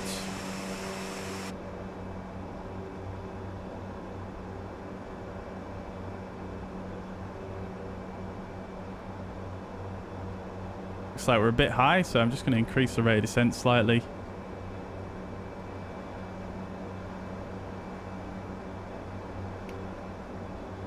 Sinking the heading bug. So yeah, we're a little bit high, but it's okay. It's okay. So coming through 7 miles, we're going to take a left turn using heading. So we'll go to heading mode now.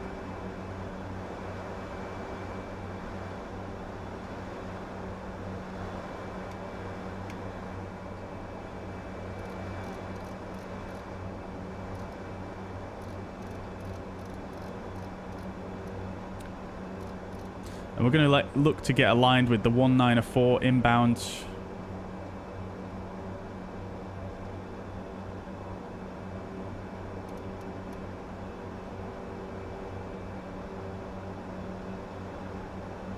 We just passed through the minima there. There was no call out. But we are continuing with visual.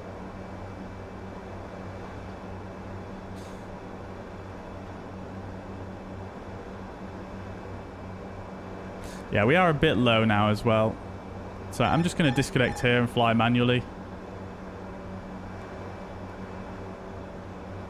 Get flight directors off. Go to flaps 15. Speed is checked.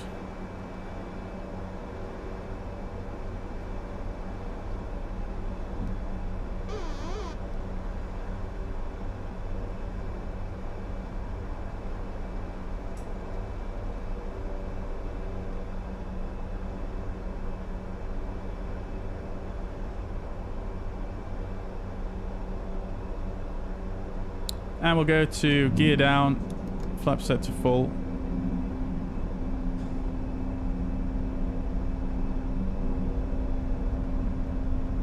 Approaching minimum. Interesting, minimums call out way too late there, but...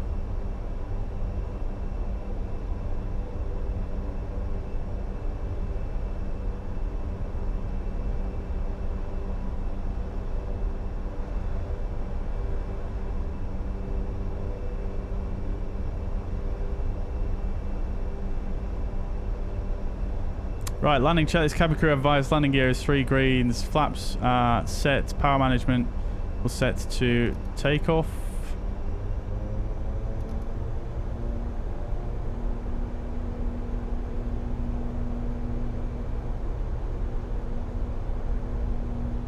I feel like that shouldn't have changed the power there, but it has done. Right, ICNAOA is not required and external lights are on before landing check is complete. Good, so we are a little bit low at the moment, so I'm just flying level a little bit for a sec here. And we want to come onto the 194 NDB inbound.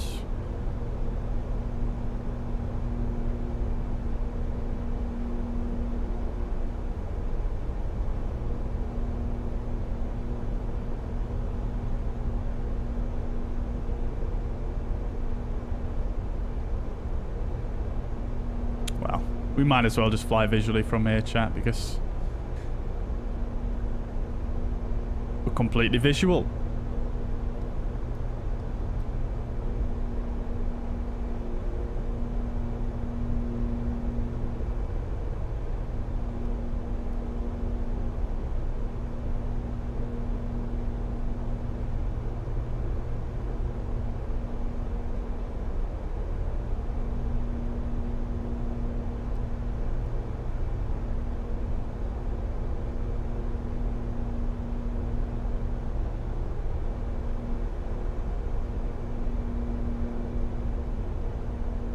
Yeah, I think I got a little bit task saturated on for that turn there, and I accidentally let us descend a little bit too low, but we're absolutely fine. We're completely visual.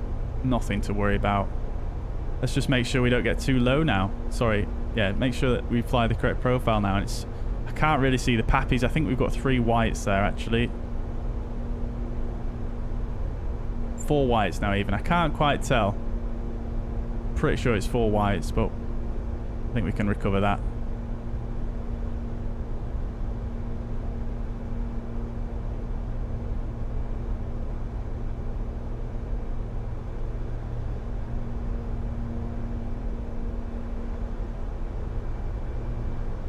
There we go. 2 whites, 2 reds now.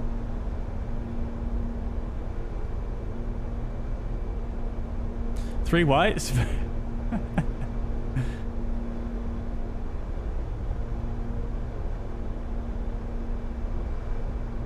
We don't really want to be too high at all, chat. This is quite a narrow runway. Sorry, quite a short runway. 500. 500 feet is checked. We are stabilized.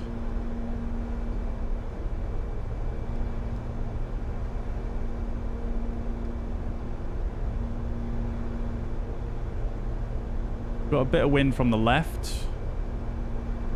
Not too much, but we do have some. We're too high now, crikey. 200.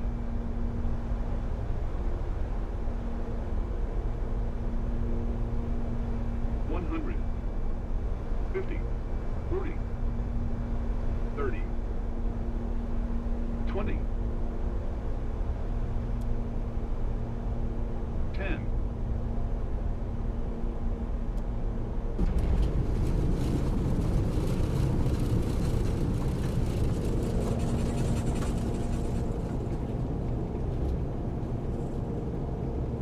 Slows down so easy, this thing. I didn't even hardly use any brake there. Whew.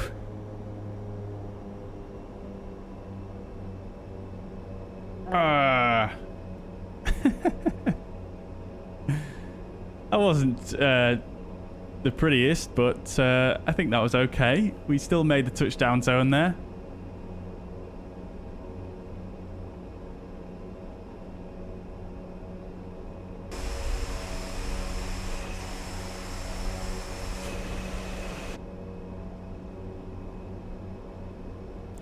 Let's just swing it round here on the runway.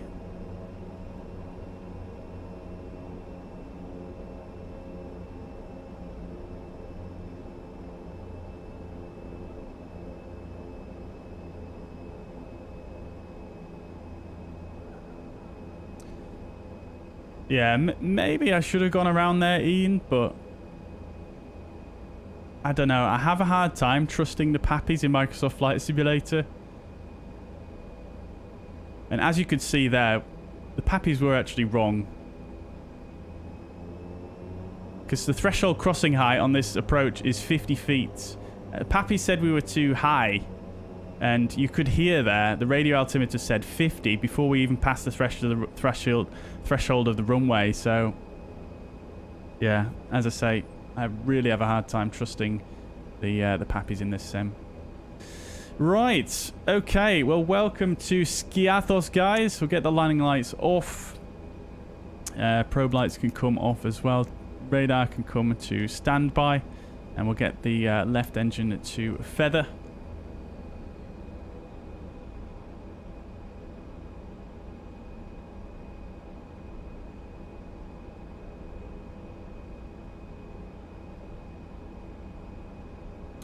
And we'll select a stand here at GSX. We'll go for stand Sierra 2, I think.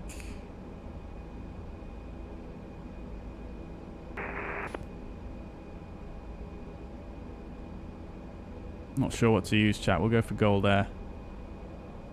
And we'll get that engine to fuel shut off. Get the flaps up and the gust lock on. After landing checklist, radar is standby, flight controls are locked, flaps 0, trims will reset now. Skiathos, channel 455, short final runway 1 now. Landing strobe lights, we've got the landing lights off, we'll get the strobe lights off as well. Anti-ice is not used. Probe heating is off. TRU will turn off as well. After landing check is complete, and condition lever 1 to fuel shut off. Right.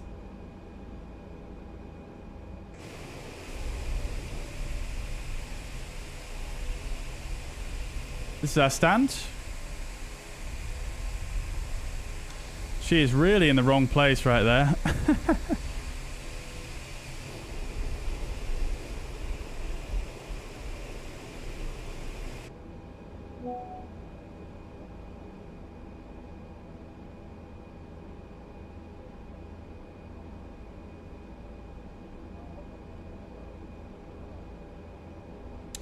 Okie cokes, we'll get the taxi and takeoff light off.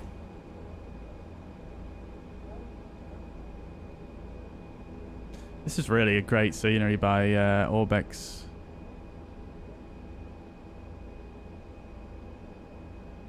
Jet 2 just arriving, hot on our tail. I like that this is left turns as well, it's much easier for us with one engine running.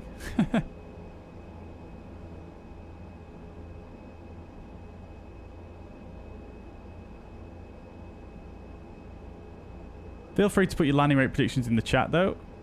Feel free. I'm not sure that was... I mean, we floated. So that should have been really quite a smooth touchdown, but I don't think it was. Felt quite hard, but... we'll have to see.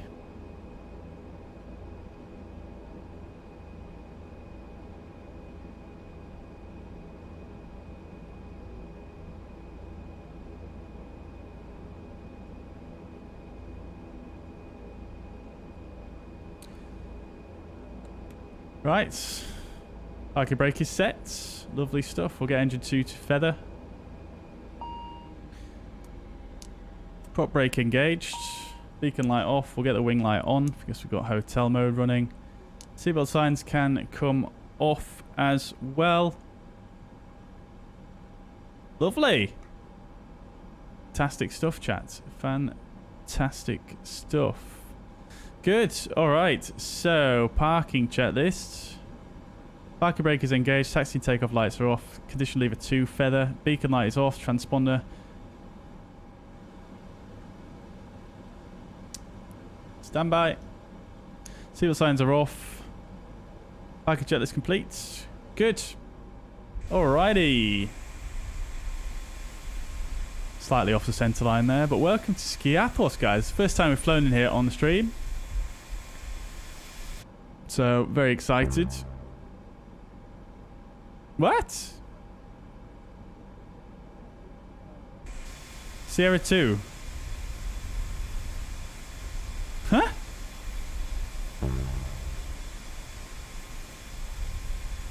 Huh. Show me this spot. Right here. What? GSX, man.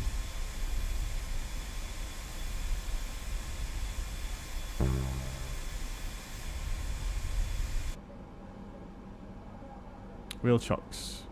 We'll get the ground power connected as well. Fine. Good. Okay, we'll get the main door, cargo door open as well, as we're going to deboard in just a moment.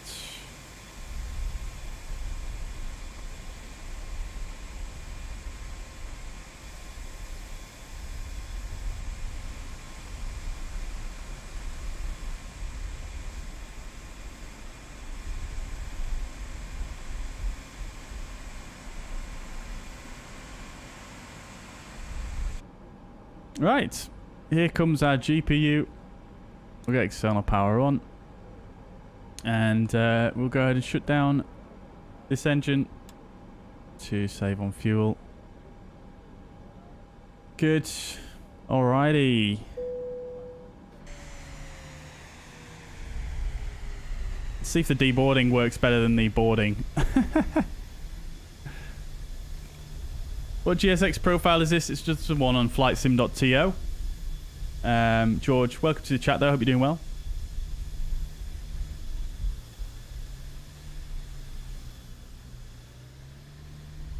I wonder what happened to that KLM, because it doesn't look like they've arrived yet.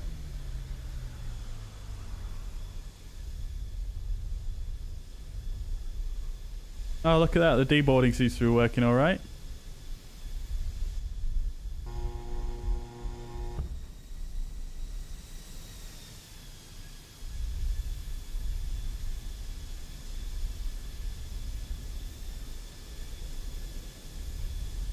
Lovely.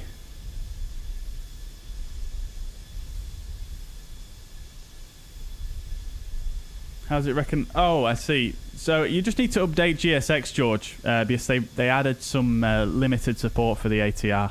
That's how it recognizes hotel mode. So if you update your GSX and then reset the aircraft profile to defaults, then you should be good to go. Kaylin, welcome to the chat. Is what free? What are you asking about there in specific? Quizzy's guessing 256. Shall we have a look, shall we?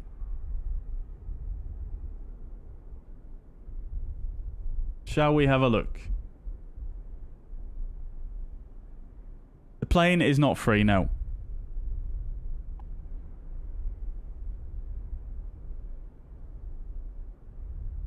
Oh dear. Oh dear. Okay, apparently we weren't in the touchdown zone here. Right, so yeah, looking at the landing. Skiathos traffic, Seabeard 72 kilo, rear turn in 40. 01 approach. We touched down just after the touchdown zone there.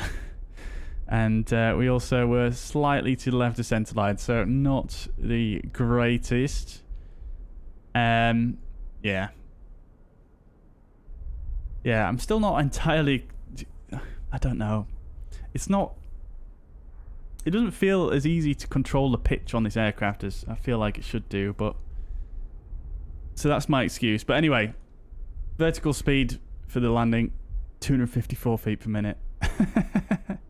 So very close there, Quizzy. Nicely done, my friend. Nicely done. But hey ho.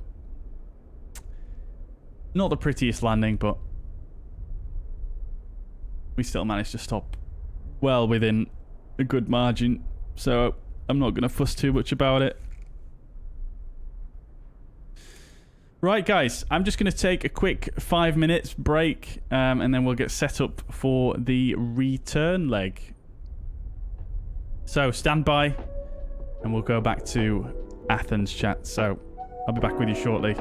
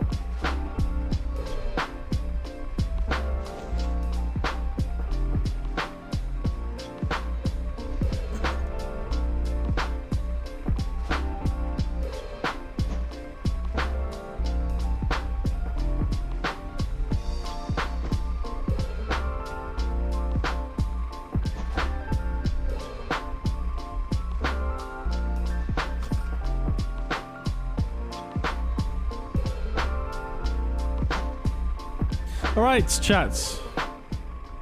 We're back. All right, so welcome back. We're gonna do another leg now back over to Athens.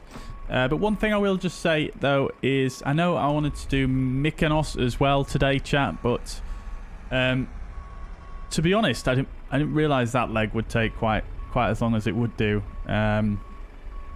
I thought I'd be able to whiz through it quite a bit quicker than that. So I think I'm probably just going to do this one more leg. I do apologise to disappoint anyone.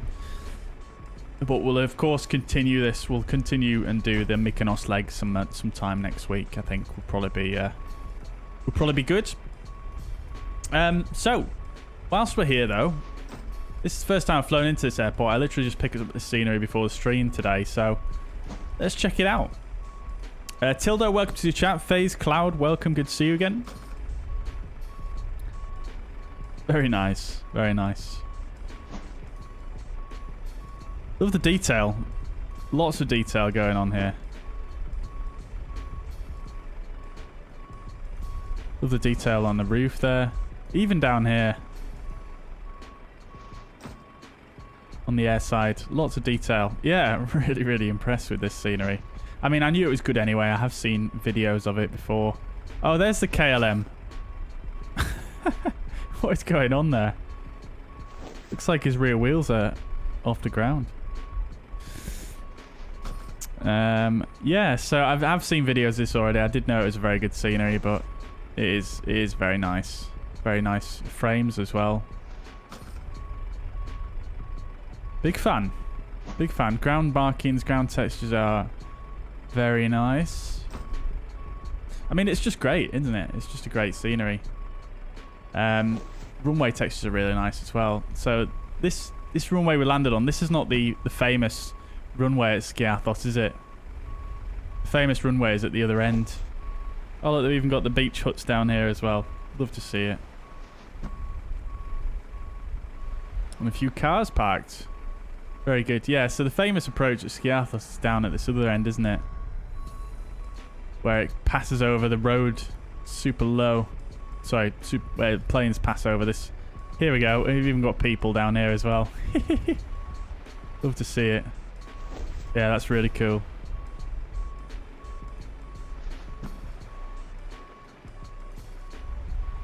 Lovely amount of detail. This is a fantastic scenery. Really, really good. All the boats and everything. Yeah, absolutely love it. Great.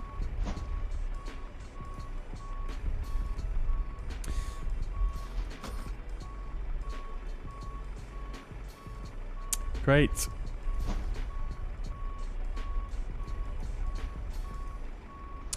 All right then, chat. So let's get set up for the second leg then, shall we? We've already got our OFP from Dispatch. Let's run that through real quick. Okie dokes. The town is modelled as well. Look out for the Taverna and the Waterside Mill. Oh, I must have missed those. God damn it. We'll see if we can spot them on our way out. Michael says, any issues using reversers using the Honeycomb Bravo? I don't have that, so I can't really say. Speedbird, welcome to the chat. Had an interesting flight in the early ATR earlier where it nosedived after top of descent. Throttles moved back to idle but still crashed. Crikey, were you not able to pull back using the stick at all as well? That is wild. Biggle says, could do with a bit of Greek sunshine at the moment. I think, yeah, I think I could as well, to be quite honest. Found 40 viruses on your PC today, Quizzy. Crikey, well, I hope they're not serious. Hope you can manage to remove them. George is going to do Alicante to Ibiza in the Iberia ATR 72. Yeah, so I was going to do Ibiza today. Ibiza to Palma and then Alicante.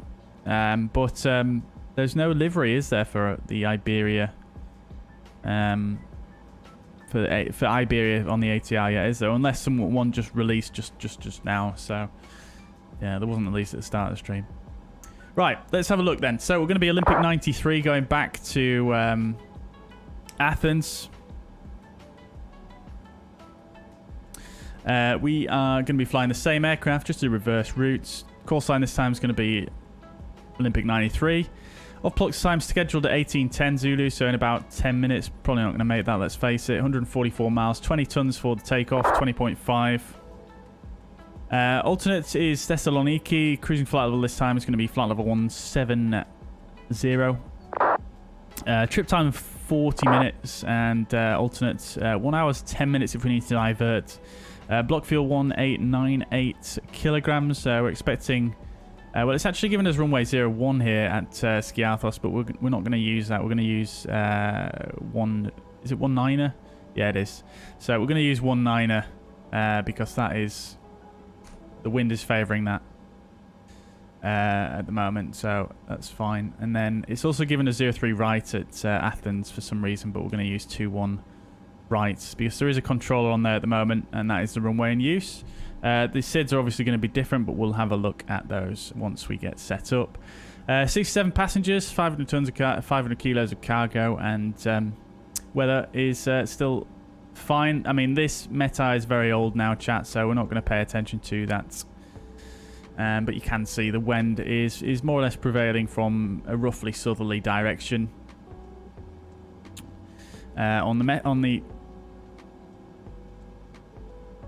On the TAF, weather at Athens is still looking fairly decent, not bad at all, really. All right, cool. Let's get ready for the flight then, shall we?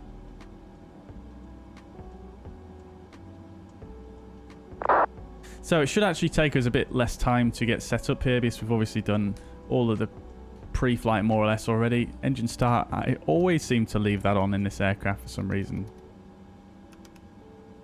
Let's turn that off. Prop brake is on. Everything else looks good up here. No white lights. Good. Right, let's get loaded up.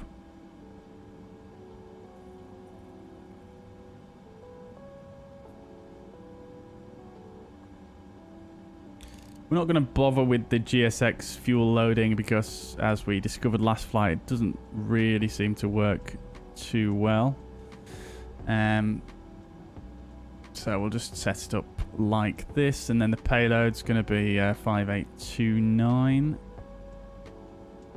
There we go. Right, good. Okay, so we'll go and do it like this again.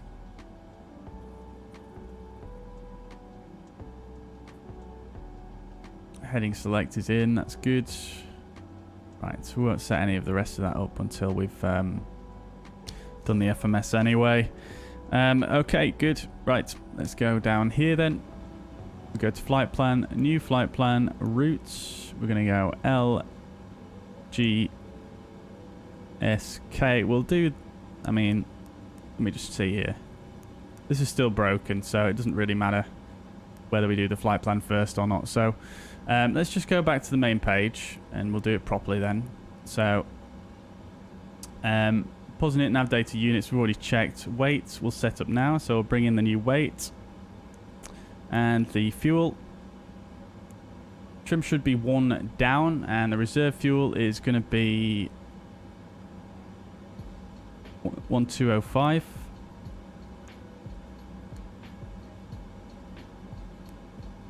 Which you won't let me put in, so we'll just skip over that.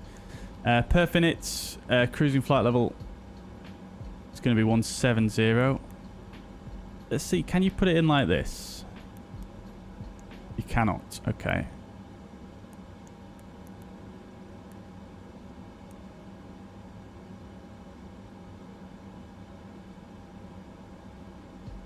Alternates. LGTS.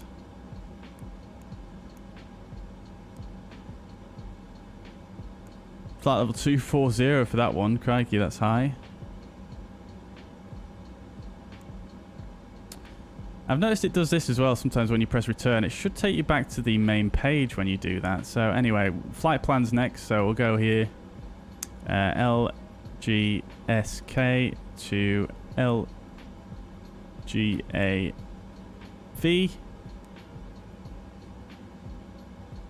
And we're going to be Olympic 93. Good. So we don't actually, I mean, the last route we could have done this. So we'll do it this way. We'll just go runway 19 and we want the Sigfo 1 Alpha, which we'll execute. And then we just need to set an arrival because there's no real on-way waypoints. We're just going between Sigfo and Ropox on the Bravo 1 airway, which should connect us up nicely, I think.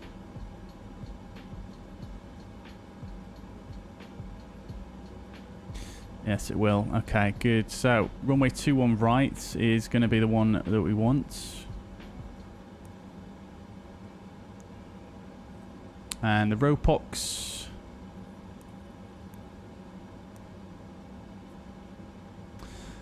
Not sure which Ropox we want. Well, Ropox 1 Papa, actually. That'll work fine for us.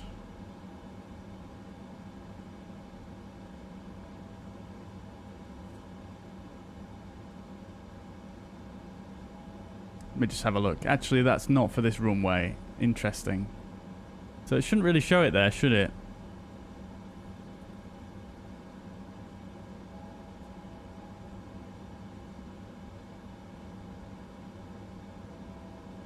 Ropox 1 Bravo is what we should do.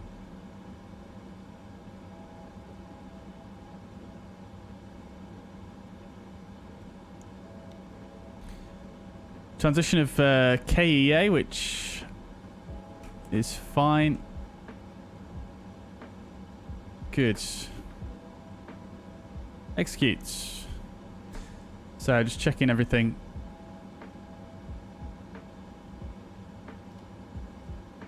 Climb on 014 bearing from SKC locator at 2,000 feet, turn right to SKP VOR, which is an overfly, and then the radial 169er to Sigfo. Good. Sigfo, we need to be above 8,000, which is correct. Cool. Alright, we'll check the arrival when we're up in the air. Good. Okay, so that's all in correctly. Right, let's set up our nav aids. So we've already got the Skiathos NDB tuned, which is fine. We'll leave that on. And then we've already got the SKP actually, don't we? We just need to set up the course, which I think, I mean, it reset it last time, sometime during the pre-flight, but Let's just set it and see what happens. I think it might be when you set the takeoff speeds when it resets, but we'll see. So it's going to be the 169er outbound.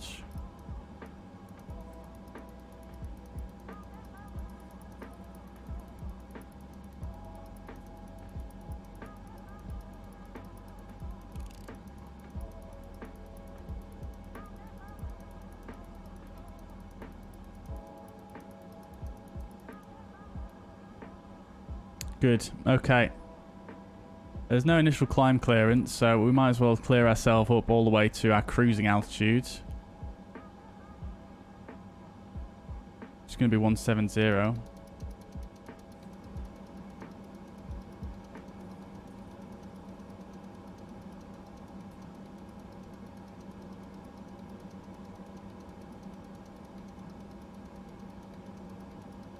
Oops, I'm not paying attention at all there.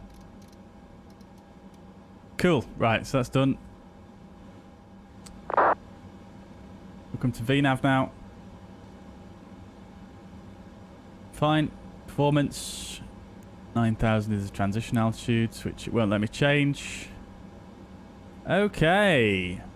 Right, we'll set the takeoff speeds when we're doing that checklist, but let's come down here now initially. And we're just going to get rid of some of these guys because there's too many. Right, so final cockpit preparation. Parking brake is engaged. Altimeters are set and checked. Landing elevation is... Put that back on auto. FMS com nav is set. Fuel quantity is checked. Engine fuel used. It should actually bring up the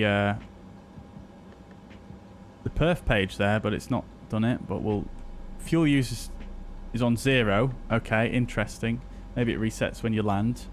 So that's fine. Memo panel is checked. Power management is in takeoff. Final cockpit preparation complete. Right. Okay then. So we'll go for a hotel mode start this time. I forgot to turn the fuel pumps off when we landed, but never mind. We'll start engine number 2. We're not going to bother with GSX, I think. It's just a bit funky, isn't it? Right, 10%.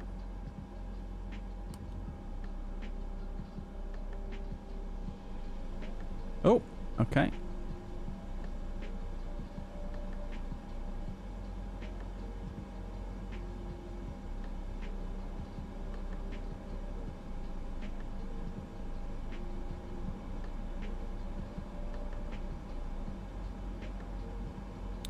Right, lovely stuff. External power can come off now, and we'll get the ground crew to remove that. Right, fantastic stuff. Lovely. Successfully connected again. Okay, fine. No worries. Well, we might as well just start both engines on stand here then, chat, because... yeah, well, there's no reason not to really. We're going to taxi out of here, aren't we? Straightforwards. There's no way you would do a pushback here. Oh, another EasyJet. Oh, and another ATR on the way out there as well. Very good. Right, we'll start up then. So, before propeller rotation, CDLS is on. FMS and takeoff data, we'll confirm that now. And we'll just make sure we've got the magenta bug set. That's good. 136...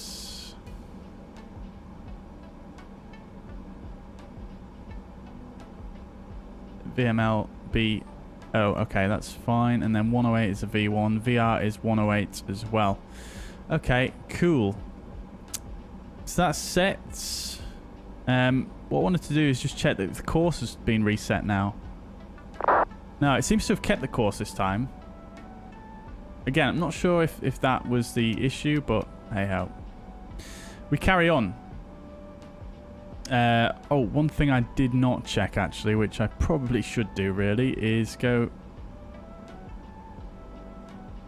to the plan view and we'll just have a quick check here.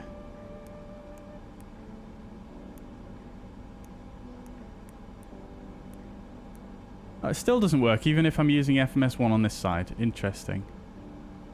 The VDEV scale's going mental again.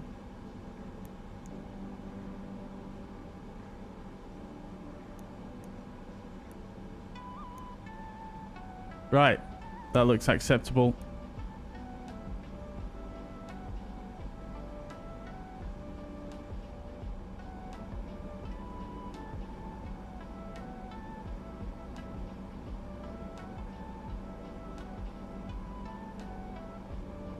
What is going on here as well? Is the vertical speed indicator still in the minus?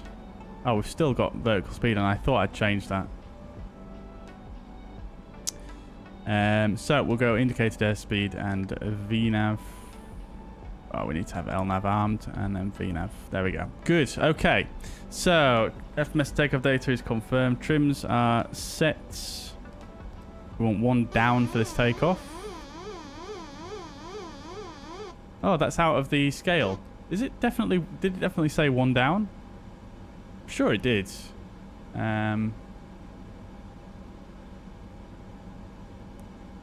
Oh, 0.9 up. Okay, I'm losing my mind here, chat.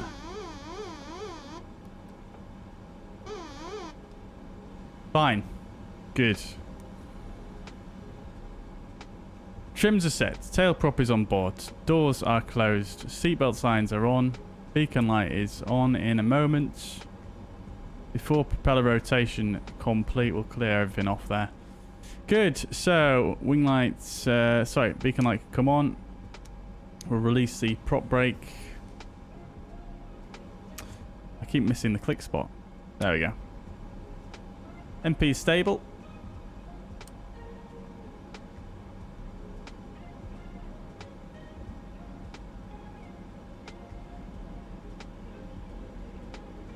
Vertigo Max, welcome back.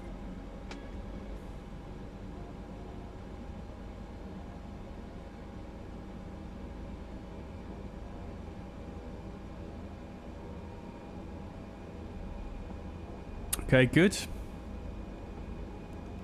Start her off, I remembered this time. Good, good, good. That pump's already on anyway, but we'll go for a start on number 2 now. Sorry, number 1 now.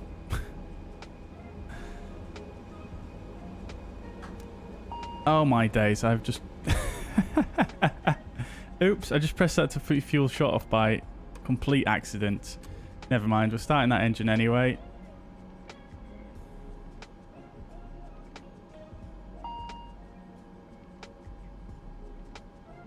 Oops.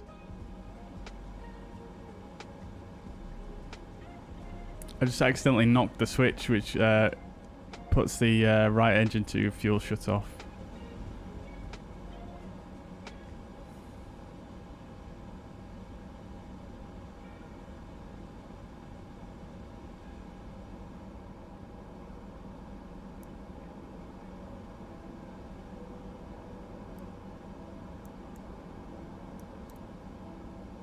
I just broken something here by pressing that button.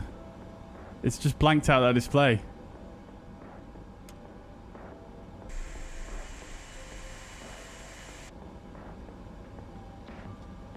I'm trying to see the NP, but I mean it should be stable by now, but I'm just trying to see if there's a way I can see the NP without needing all the displays on, but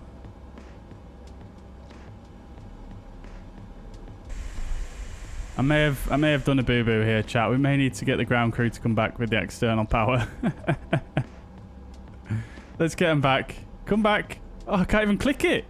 Oh, it's frozen, chat. It's done the thing where it freezes. That's what's happened. Yeah, all the displays and click spots stop working, don't they?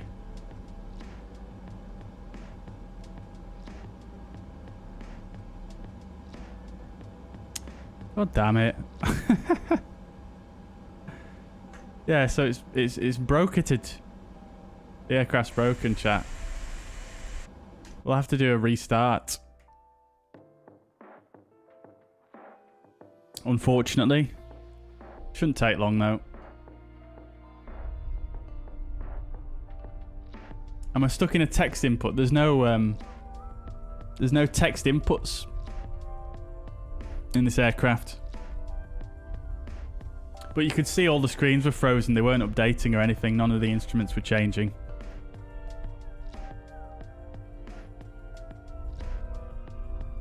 It happened to us the other day.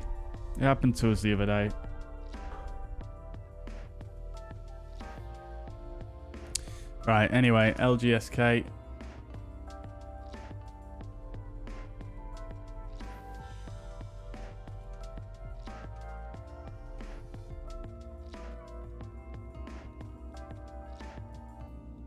Yeah, the fly-by-wire has that, and the ATR, the AN225 has that as well, as we know all too very well.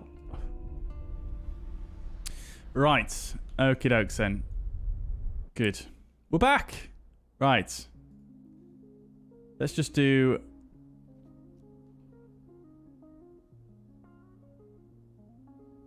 hotel mode. And then we'll put in the weights again.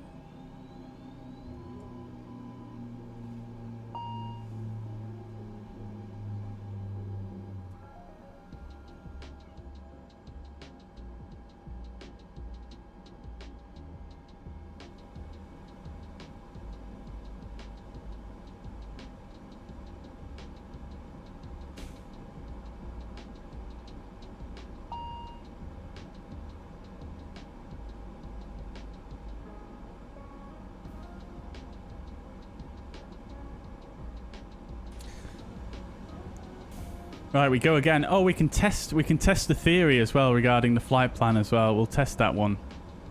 Right, okay. So let's just... Oh, no, I've already... Okay, let's do the flight plan first. Right. LGSK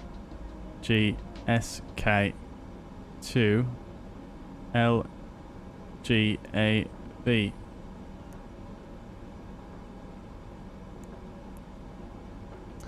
We're going to be Olympic 93. Have I just been disconnected from VATSIM as well? I have.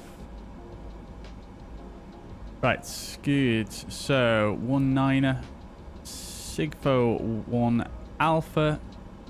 And we know all the constraints that it puts in by default are correct. 2 on right. And the Ropox 1 Bravo via KEA will execute that. Good, good, good. Clear the disco. Good. Okay. So, we'll then go to... I'm not going to bother with the... no, it's frozen. Okay. So, it seems like that theory is not entirely... correct, unfortunately. Right, we'll come back over here then. We'll do the weights now.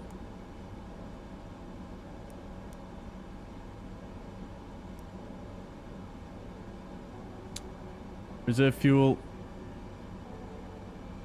1205.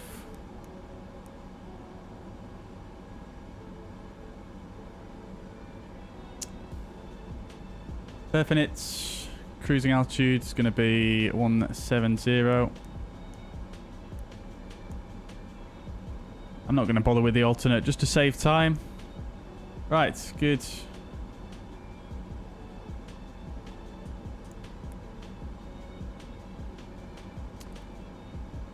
Okie dokes then. So.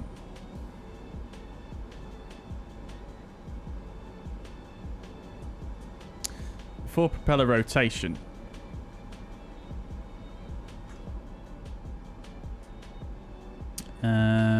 How do I want to do this? We'll do that. Go heading, LNAV, indicated airspeed, VNAV. CPL on the right side. Flight directors are on. I have selected LNAV. Look at that. Interesting.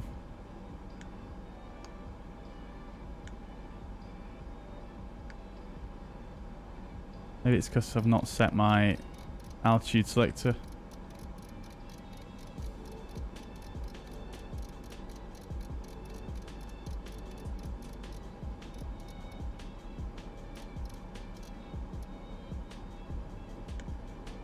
Yeah, it was. Okay. Fine. No worries. Okay, so we're back to more or less where we were. So CDLS is on FMS and takeoff data. We'll confirm takeoff data and just press there. Trims. That's one thing we haven't done. Can disconnect the ground power because we are on hotel mode. Trim is set. Tail prop is on board. Doors are closed. Seatbelt signs are on. Beacon lights will turn on. Good. All right, we'll go for an engine start then on... Well, we'll start the prop on... We'll start the second prop spinning.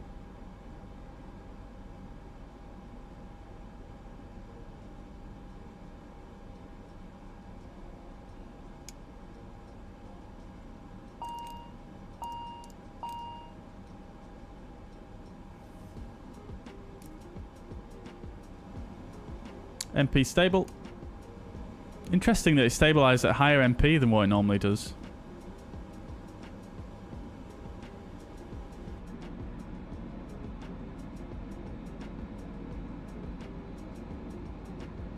Hopefully Mayday won't live up to his name. Hopefully. Hopefully.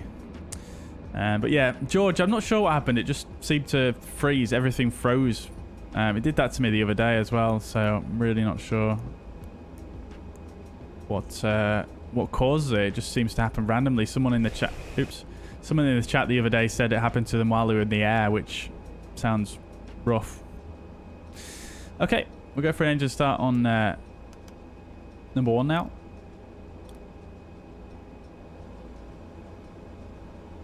NH 10%.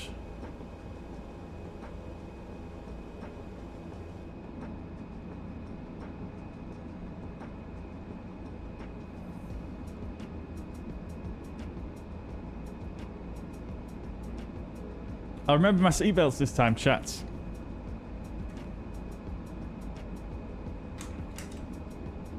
Belted in.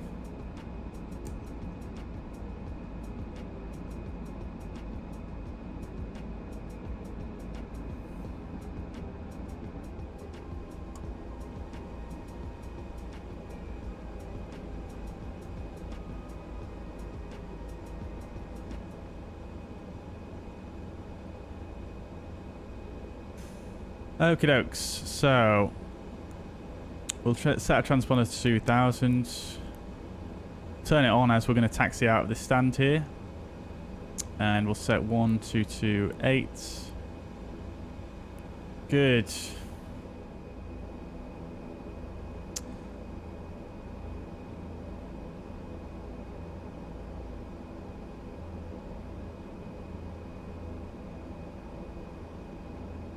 Okie dokes. Good. Before taxi jet list. FWS recall. Checked. Cockpit comm hatch is closed.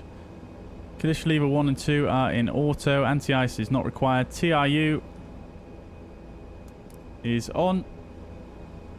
And checked. Anti-skid test performed. Flaps to 15 and the nose wheel steering is on. Before taxi jet is complete. Lovely. Right. Let's go, chat. Is that a Dreamliner?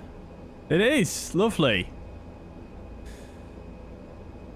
Skiathos, traffic, Olympic 903, taxi to runway 19er. Skiathos.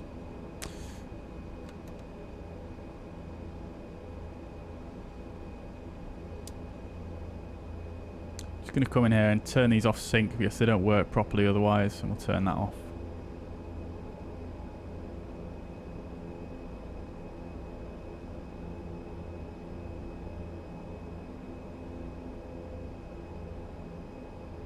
Oh, no way. He's pushing back as well. What timing?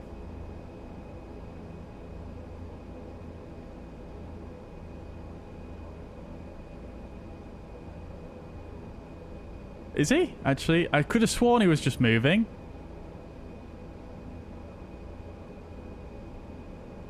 I think we're okay, actually.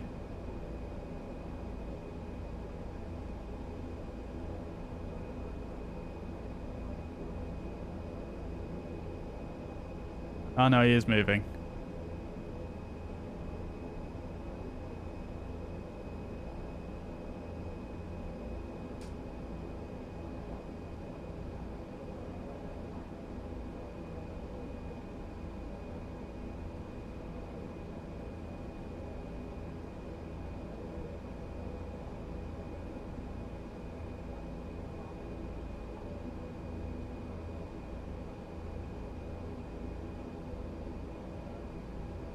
And he's turned this way. What is he doing? How much does the ATR cost? It's just under £17. But if you have the premium deluxe version, it's just under £12. So very, very cheap.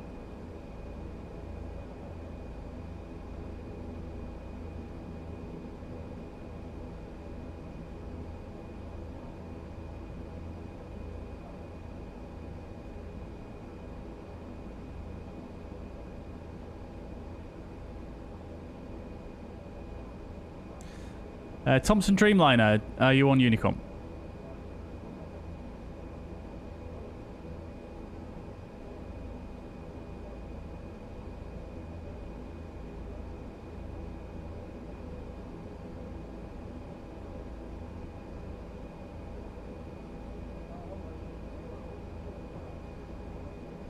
They're gone.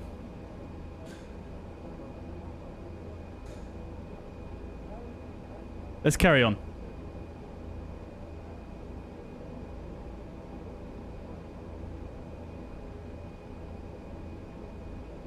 Does anyone know the Mayday story? I'm not...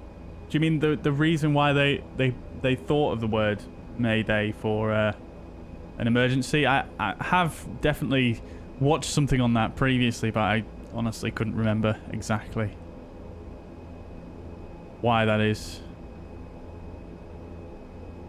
Right, okay. Skiathos traffic, Olympic 9-3 entering and backtracking runway 19er. Skiathos traffic.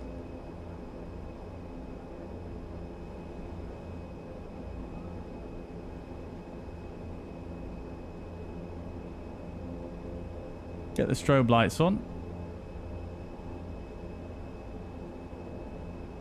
Get the probes on as well now. Gust lock can come off.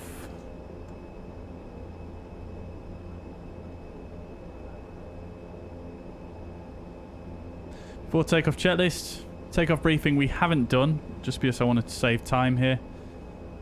Gust lock is off, flight controls are checked, TCAS is checked, airflow is normal, cabin crew advised, engine bleeds will turn off.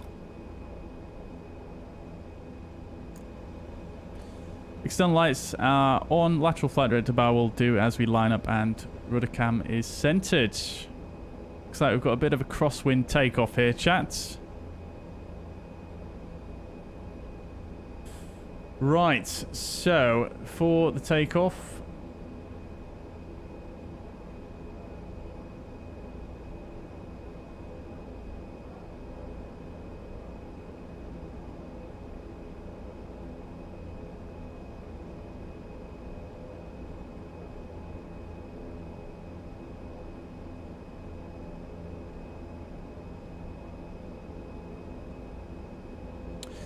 initial heading is 194 here, so let's set that.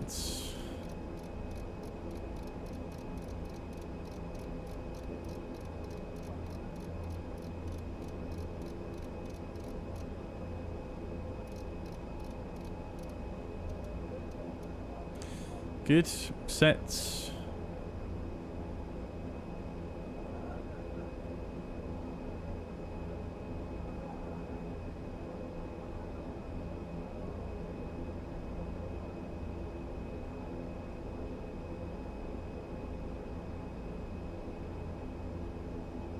Try not to forget the gear this time.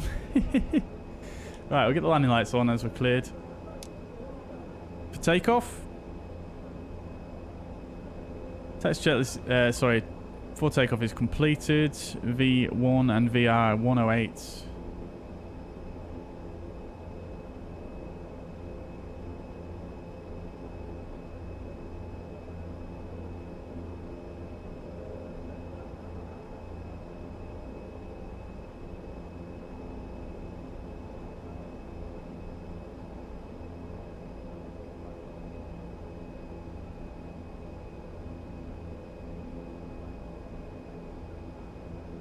Love these runway textures, chat. They are very nice indeed.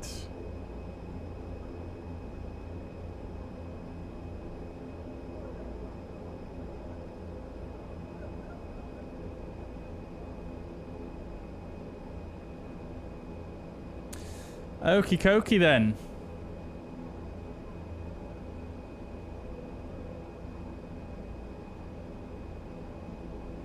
Alright, everything is set.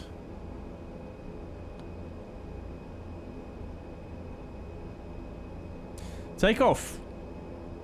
Fuzz Toga's in the chat.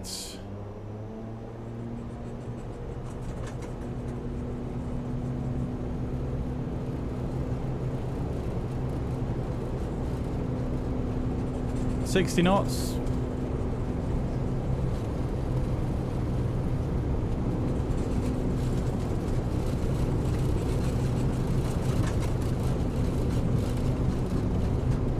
V1 rotates.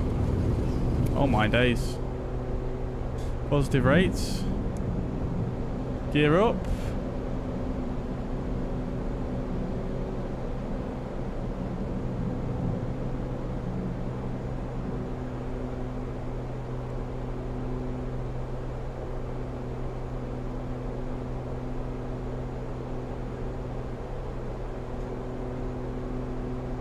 LNAV, VNAV indicated airspeed. Seems to want to roll to the left on its own again. I'm not sure what's causing that. I thought initially when I saw that happen that it was something to do with my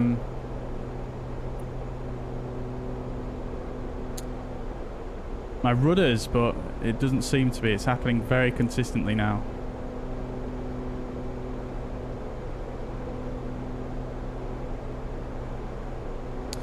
Alright, acceleration altitude.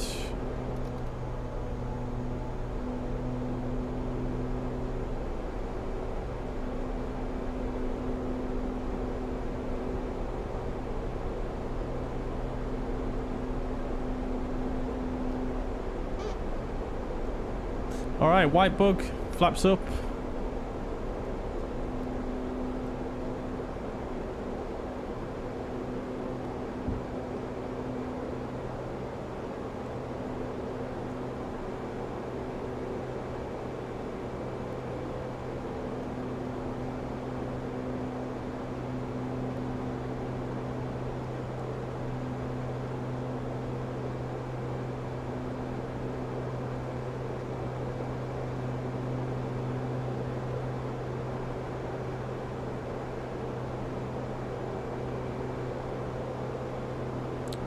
I feel like I'm having to fight this aircraft.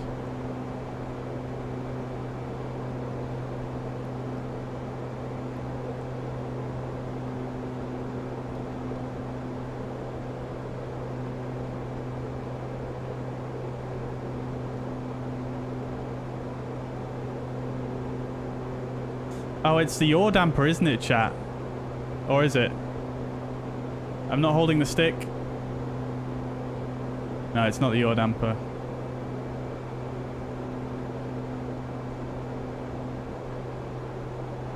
Right, we'll get the AP in there. And after takeoff, landing gear is up, flaps 0, power management is in climb, engine bleeds. Don't want to forget those. Taxi and takeoff lights are off. Altimeters are set and cross-checked. After takeoff, checklist complete. Good. Right, off we go, chat.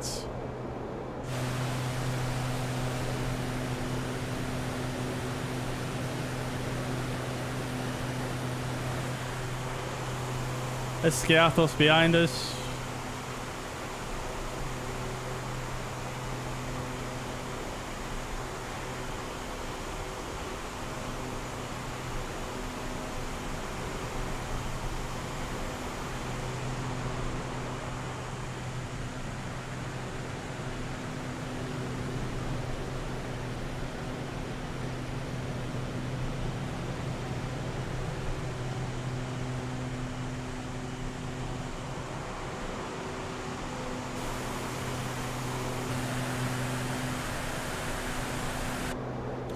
All right, lovely stuff. Off we go. So, Stephen, welcome to the chat. Hope you're doing well. Where did I learn to fly this? So I did a fair bit of studying, reading the flight crew training manual before it released. And then following the release, I just brushed up on some of the sort of integrations with the sim and things like that, and a few of the little bits in the procedure that I wasn't entirely aware of. In using the Microsoft tutorials. So on the Microsoft Flight Simulator channel, they have done a bunch of tutorials with Air New Zealand. Well, I think it's Air New Zealand, but a pilot from New Zealand who flies the ATR in New Zealand. It's got to be Air New Zealand, hasn't it?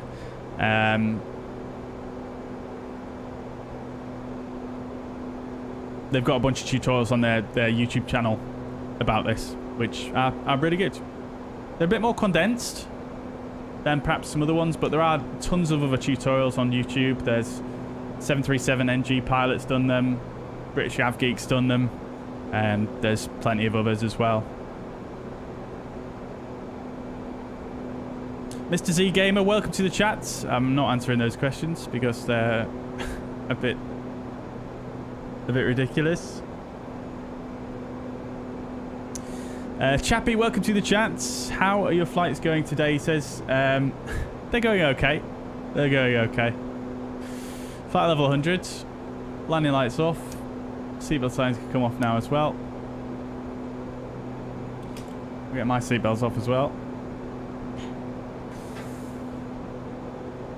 But yeah, they're going okay. I mean, there's obviously quite a few bugs with this aircraft that make the flying experience a little bit less pleasurable, if you like. But yeah, going okay. Going okay. Landing in Skiathos was probably not the most wonderful, but we got there, and it wasn't too bad in the end. Self-type rated, yeah, I suppose so. I mean, I'm still learning stuff about the aircraft, that's for sure, 100%. But it's super useful to be able to refer back to the manuals and stuff when you're wondering about various different elements. Paul, welcome to the chat. Can I do LGNX? Well, this is going to be our last leg for the day, unfortunately. I did plan on doing more legs today, but to be honest, I don't think I'm going to have time. I thought I would have more time than I have done today. So Mykonos is not going to happen anymore. Just going back to Athens now, unfortunately. But which airport is that? LGNX, Paul?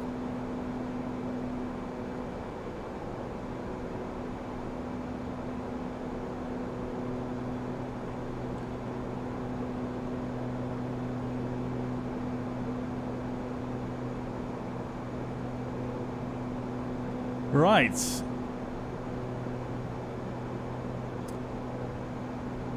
M'aider is French for help me, so that could be it. Yeah, I'm pretty sure it was something to do with that, wasn't it? And the French were so disappointed that English was used as a main language. Yeah, I mean, I think it was something like that, wasn't it?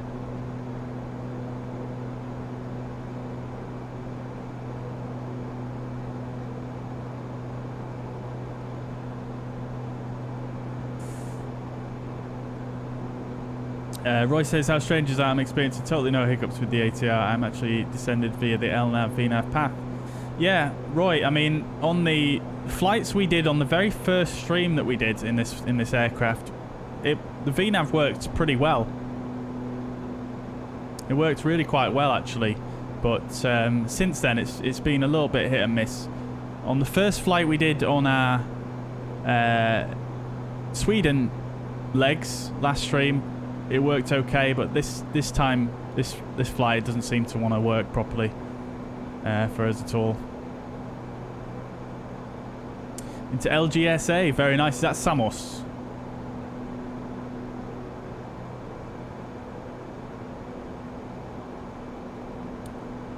Can you believe the ATR 42 and 72 cost $1.5 via Argentina or Turkey regions. Crikey, that is cheap. I don't know how that converts to pounds, but that sounds extremely cheap.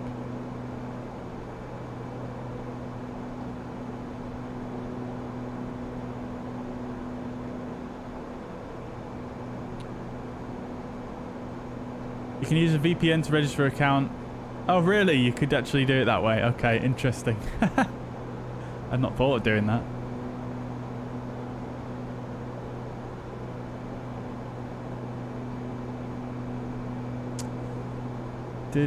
I should fly into St. Bart's. Chris, welcome to the chat. Hope you're doing well. Yeah, it would be good to fly into St. Bart's. Does this aircraft fly into St. Bart's? Isn't St. Bart's the one with the ridiculously difficult approach with the hill right at the end of the runway?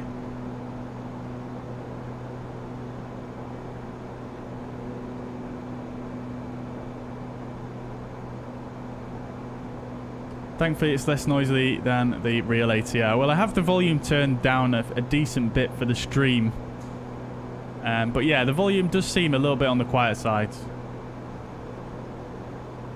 One cool thing that they did do with this aircraft, though, is they actually separated some of the bings and dings and the call-outs from the actual ambient sounds of the aircraft. So if you use the communications output in Microsoft Flight Simulator, you could sort of just hear the bings and dings and whatnot as you would if you just had a headset on the aircraft, and then you could essentially just put them at 2 different volumes so you can hear less of the engines and more of the dings and bings and whatnot. Which is quite cool, actually. I thought that was quite a cool idea.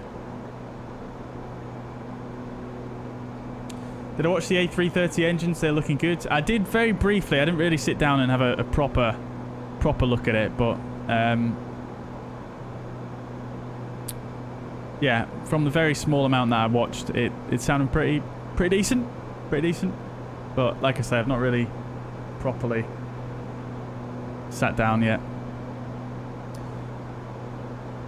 Somewhere the beach very close to the runway thresholds. Ah, that's it, Chris, yeah. Can the ATR, I mean, I suppose, I imagine the ATR probably could land there, to be honest, couldn't it? It's got such short stopping capabilities. Yeah, it's not leveled off again for us. Oh, I'm not set standard, have I, idiot? Yeah, it still doesn't seem to want to level off properly.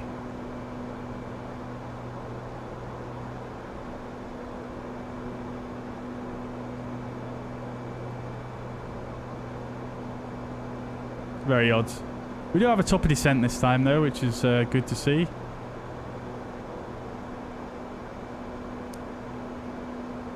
Does it change, though, if I change the altitude selector? Okay, you can see that. Look, the top of descent is not actually moving this time. So last time, if you remember, when we altered the altitude select, the top of descent moved.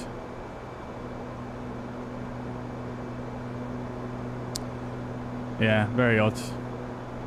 Nevertheless, we're doing all right now, aren't we?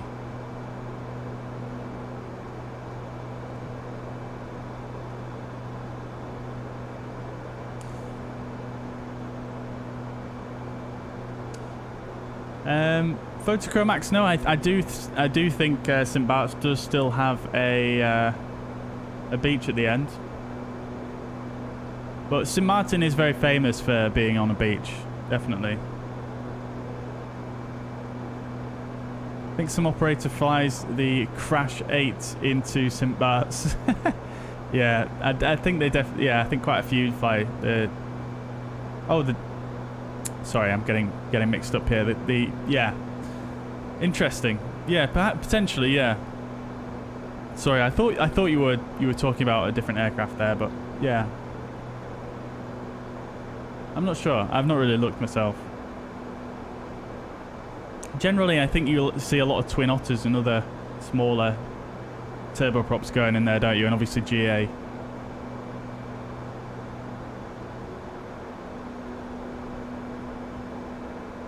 I saw a new update for the ATR. There's an update for the ATR. Oh, god damn it. Of course an update would come out while I'm streaming. I didn't know there was an update.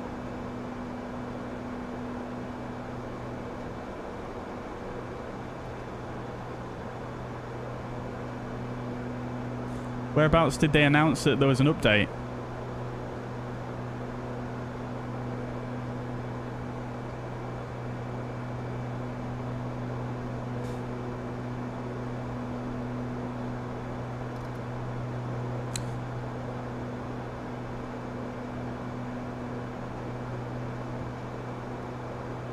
What's that link, Chris? Is that for the update?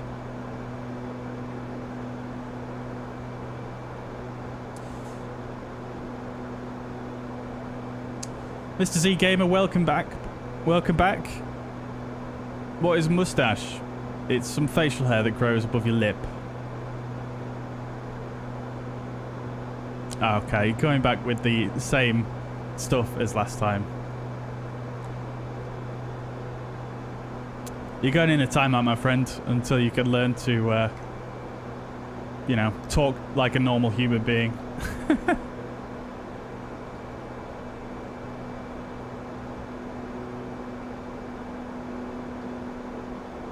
Oh, it's a video. I wear a few different... Oh, crikey. Loud. Oh, it's an ATR landing at St. Martin. Okay, let's have a look then. Let's have a look, shall we?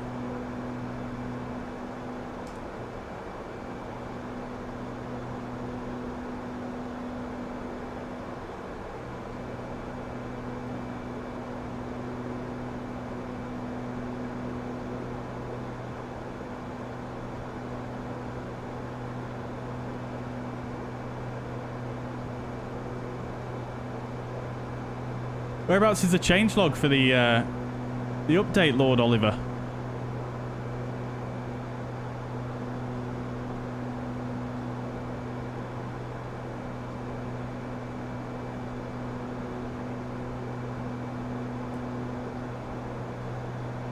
ATR Inception going on here, yeah, exactly.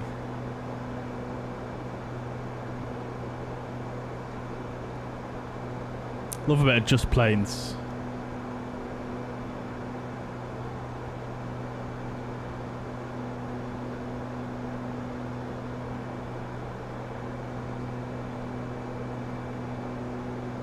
It's St. Martin, yeah. It's St. Martin.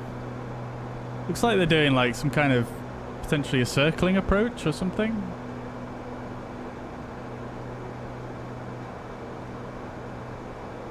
Oh, it's St. Bars. No, this is St. Martin, Chris. Yeah, I'm getting mixed up with all the saints here. Yeah, this is St. Martin.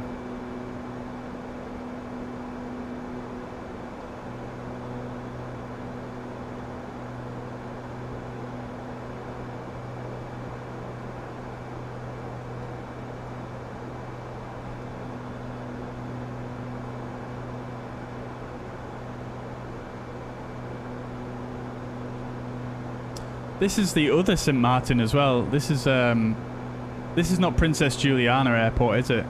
This is the other St. Martin Airport because there's no beach there, is there? By the runway threshold. This is not Princess Juliana.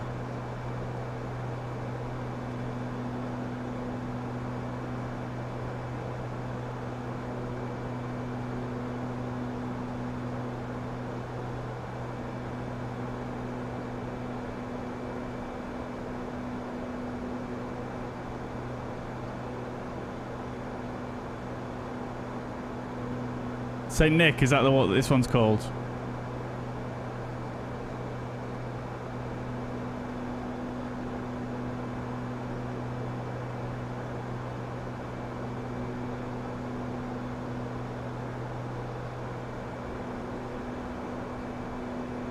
Narrow runway.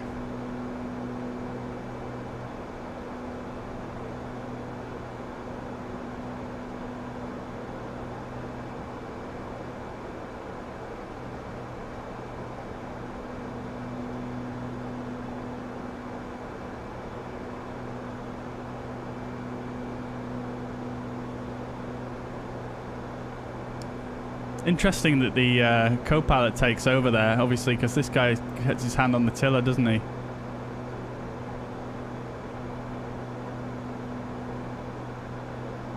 Lovely.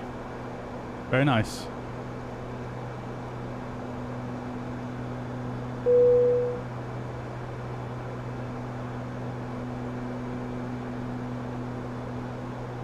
Right, here's Athens anyway.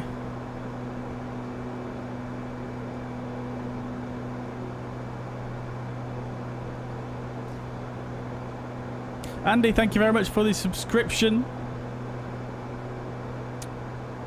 Welcome to the channel. Hope you're doing well.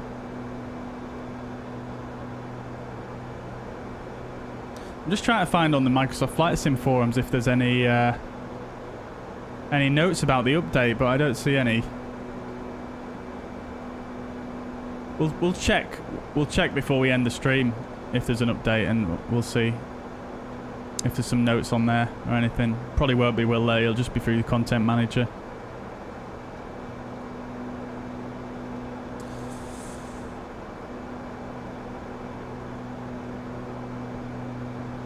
Okay. So 30 miles till the top of descent here.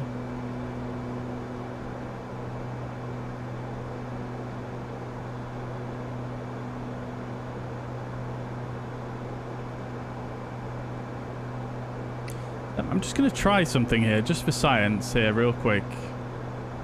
So if I go VS and just put in a shallow descent, and now I move the altitude selector. No, it's still not moving. So I'm not sure what was going on last time.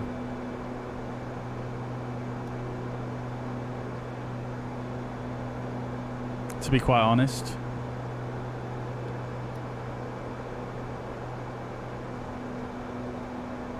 Very odd.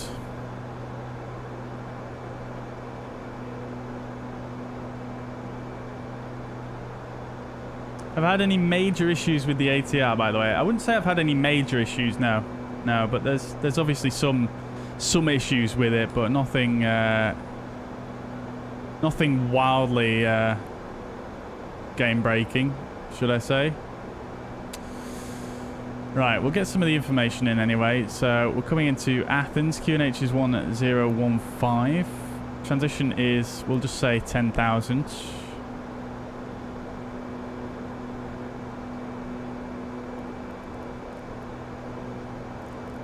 That doesn't work. I've just noticed that for the first time.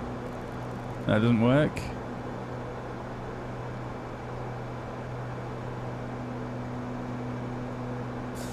Right, and then we'll go serve TCAS to, sorry, nav, ND, TCAS to below. We'll get the terrain radar on as we've got no weather.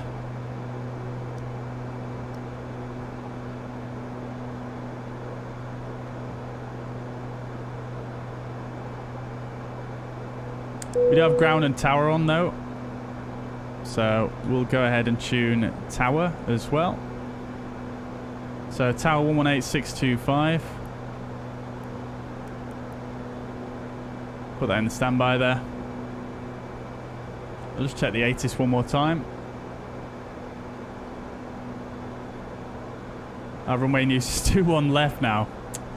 Deary me.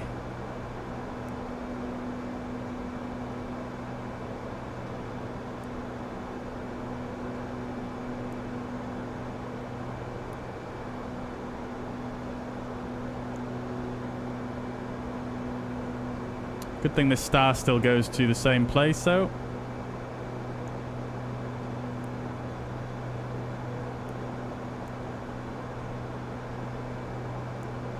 Don't think, okay, we can delete that. Fine, no worries.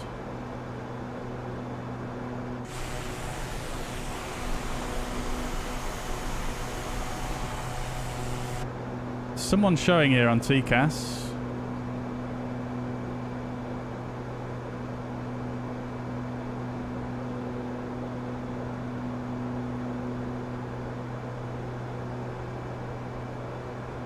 Right, we're coming up to our top of descent now anyway, so we'll go VS, we'll just put in a slight descent.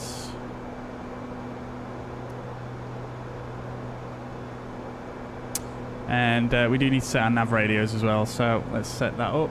2-1 left. 1111. Nice and easy. Good. Okie dokies, so we'll go over on this side and we'll just change the inbound course to 212.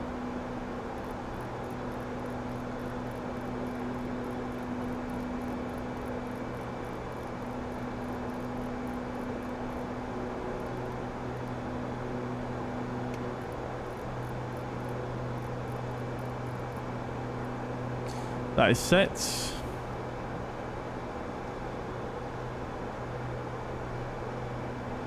When are we landing? About 10 minutes. Peter, thank you very much for the subscription, and Reseda, thank you very much as well. I hope you're doing well. Welcome to the stream.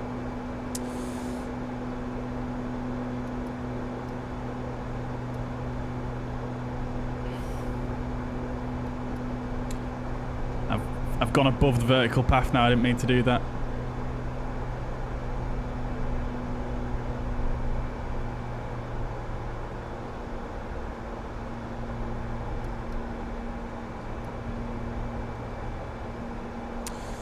Okay, so descent checklist.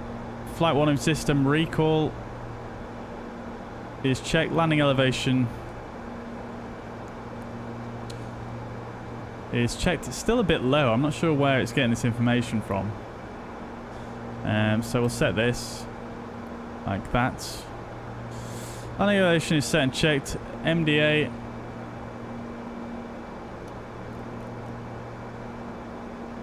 .503.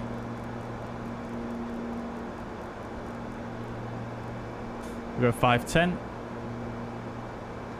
And we're within one block of the VNAV profile, so we'll go VNAV path.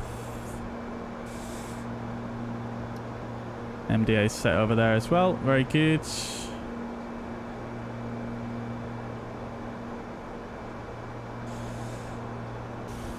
Arrival briefing we won't do. I don't think I'm going to have time to do it here.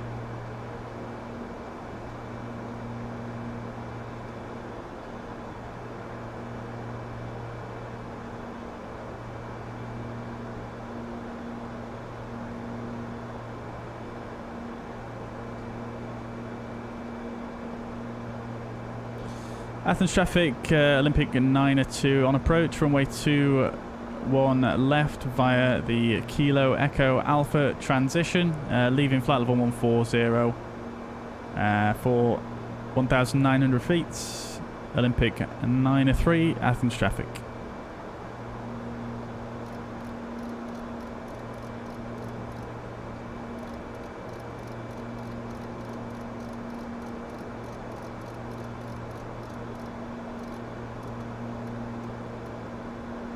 Good. Right. Okie dokies.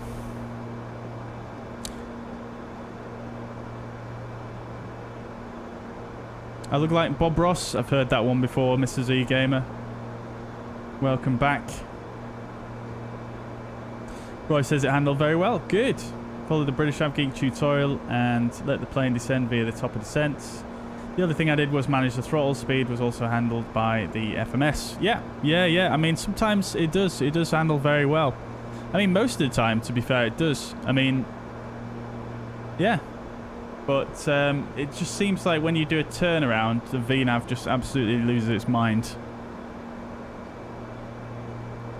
And as you saw, even on our outbound leg there, it still didn't really perform as expected. Maybe I was lucky, yeah, potentially. I mean, to be honest, I haven't watched British AvGeek's tutorials, but I don't know if they're based on sort of the sim way to fly it, if you like. But the procedures that I've generally followed were the real world procedures for the aircraft, which, you know, theoretically you should be able to do. I've just noticed something rather strange about this approach here.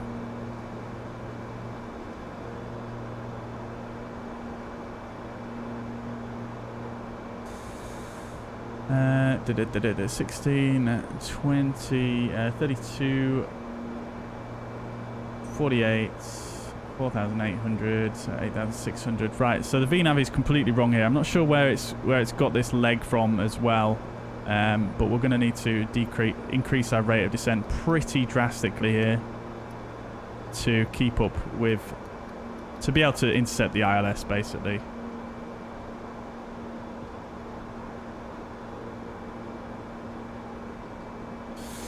Okay, so the QNH here is 1015. We'll set that.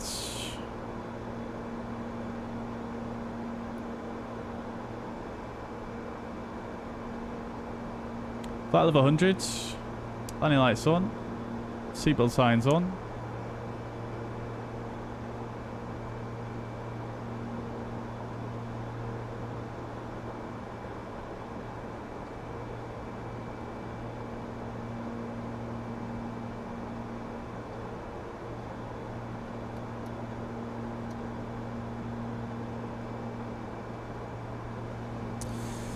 Go perf, approach speeds.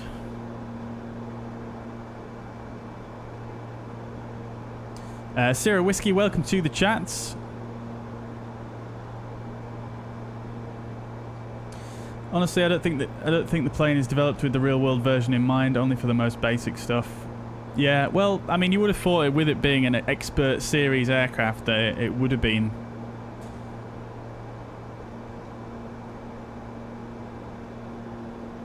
Because at the end of the day, what's the point in having all this functionality if you can't operate it like the real aircraft, if you know what I mean? It just doesn't make sense to me. If you can add all this functionality then and just, you know, just operate it in a completely different way, then, you know, what's the point in even making a specific aircraft? It could just be any aircraft, you know what I mean?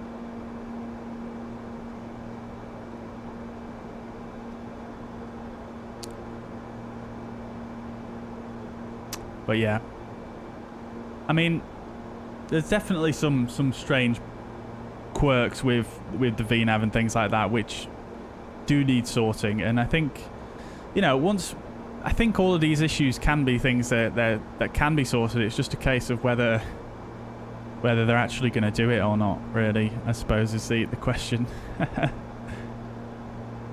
Hopefully. Right, we're doing much better now on the profile. Let's bring this rate of descent back to about a 3-degree path.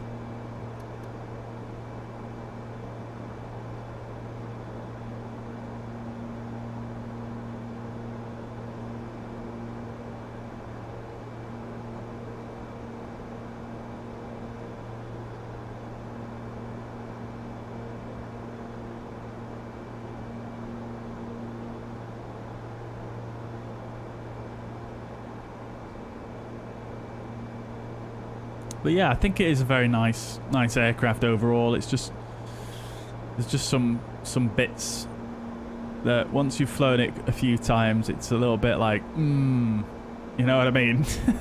I don't really know how else to describe it, to be honest.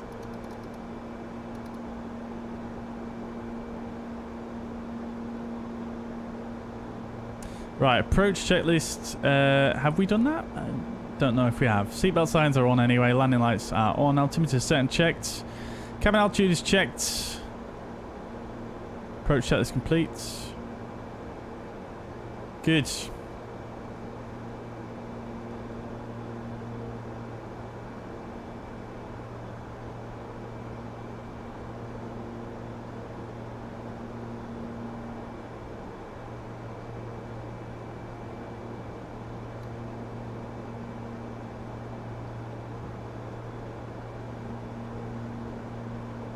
Okay, so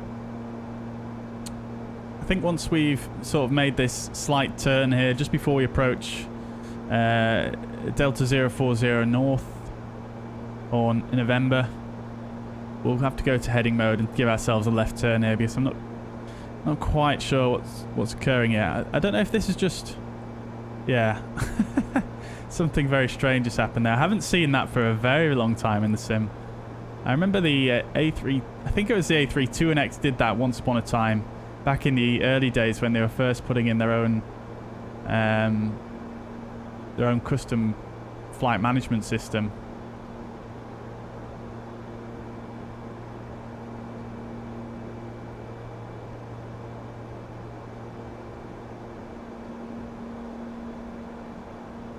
It looks like the VNav has righted itself now, which is nice to see. But we'll just continue on vertical speed now anyway, because we need to be in that for it to... There is a bit of a bug with it with capturing the glide slope if you're in a vertical VNav path. Oh, and it seems to have cancelled out that little section as well. Okay, interesting. Very interesting. That's good though. That's good. Tildo, what are you asking regarding... Why are you saying stop? Matt, how's it going? It's going good, thank you. Yeah, how are you doing?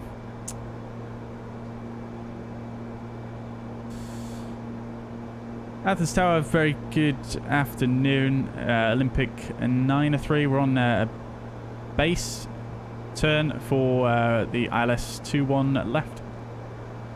Olympic 903, hello, Venezuela Tower, continue approach 21. Continue approach 21 left, Olympic 903.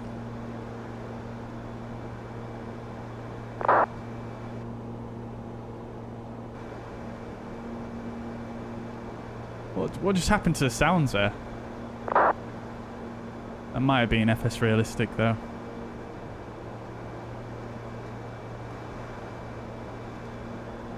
Right. Will do. Report established on 21 left, Olympic 903. Right, we'll go to heading now. We'll give ourselves an intercept.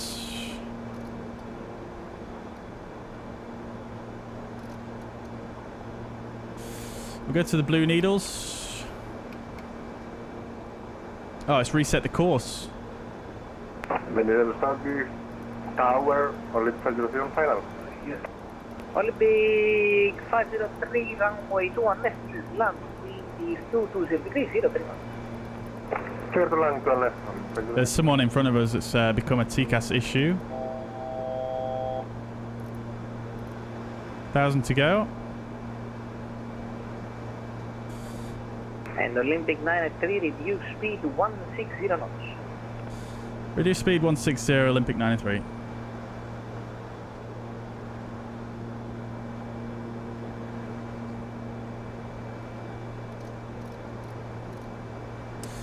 Right, SAM approach. Look blue, glide slope blue. There we go, he's white now, that's good.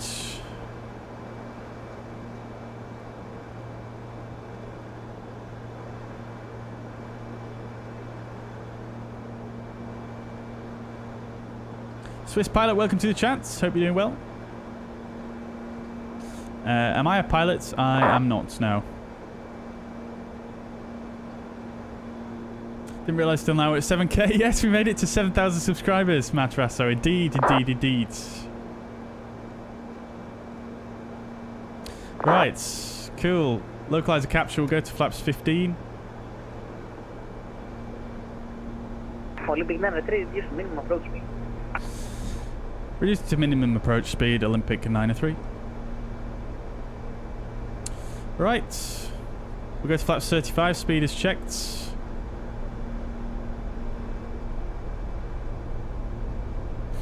Okay.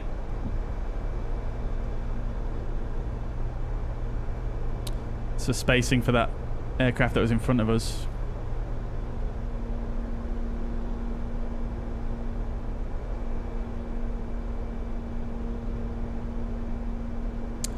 Cool. Alright, so we're going to need to go to ground after this. 12175. We'll get that on the standby. Oh, we've just had a disconnect. Oh. It's because we're about to stall, that's why. That was me not paying attention. Fortunately, this thing accelerates like an absolute champ.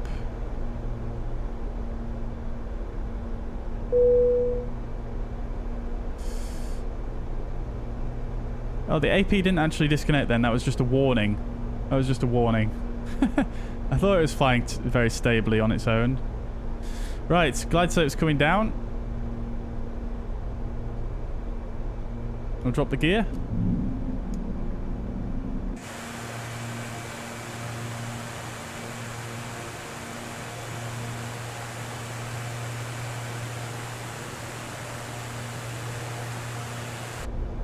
That's glide slope capture. Alright, before landing, check this. Cabin crew advised, landing gear 3 greens, flaps are 35. Power management takeoff, TLU low speed is checked, and icing AOA is not required. Landing external lights are on. Before landing, check this complete. Olympic 93, expect late landing clear. Roger, Olympic 93. Took a rather large dive for us there, though. Olympic 503, vacate to the right, no delay. Vacating.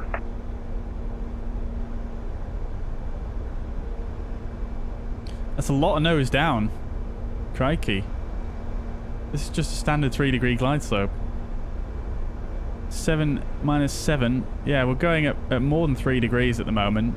I think it did this when we flew the AN225 in here.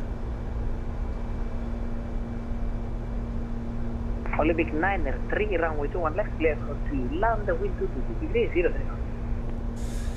21 left, clear to land, Olympic 93. Olympic 503, contact ground 121.75 down. Connecting ground, Olympic 503. We are on the profile though, according to the charts. Right, anyway. Done our checklist, we're clear to land. Let's do it, chats. Yaw damper off. Autopilot off.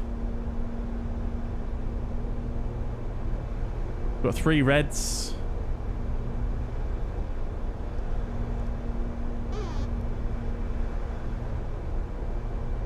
I did record a replay, that's good.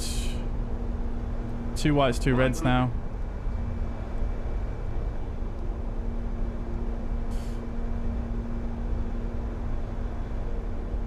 Founder feet is checked, we're stabilized.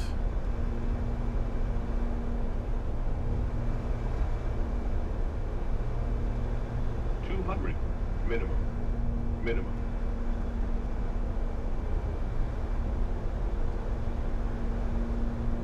100. 50. 40. 30. 20. 10.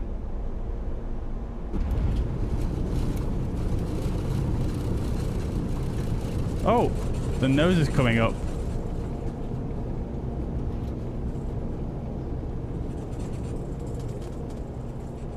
Alright, we're down.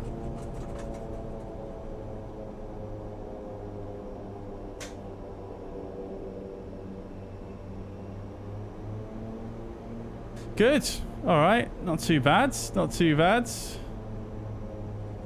700 feet per minute would be 3 degrees. Not at that ground speed, it wouldn't. No, we were doing 100 knots ground speed, so 3 degrees at 100 knots ground speed is going to be about 500 feet per minute.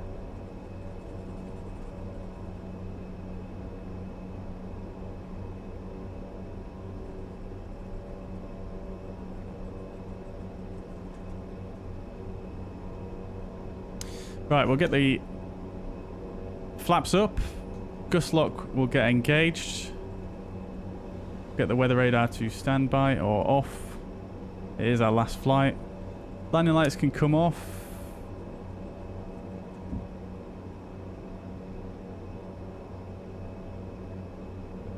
We'll get the TRU off as well as the probes. We are going to vacate here.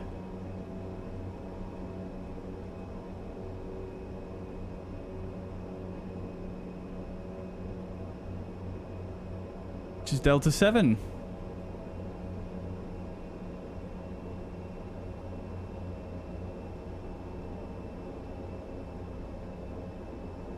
Olympic 93, welcome. Olympic 93, we have vacated at Delta 7. Olympic 93, welcome to Athens, contact ground frequency 121.75 down. 12175 Olympic 93, thank you, bye.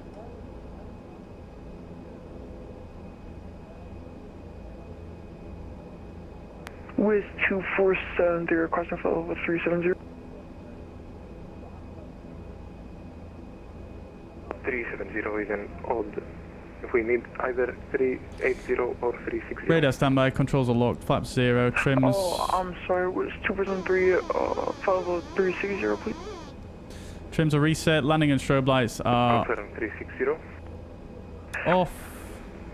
360. Anti-ice was not used, probes off, TIU is off, and then we'll put condition lever 1 to 2473. feather. Roger. Clear to Bucharest via Kilo Romeo Oscar to Foxtrot departure, runway 21 Fuel left, shuts off. initially climb 7,000 feet, squawk 7214.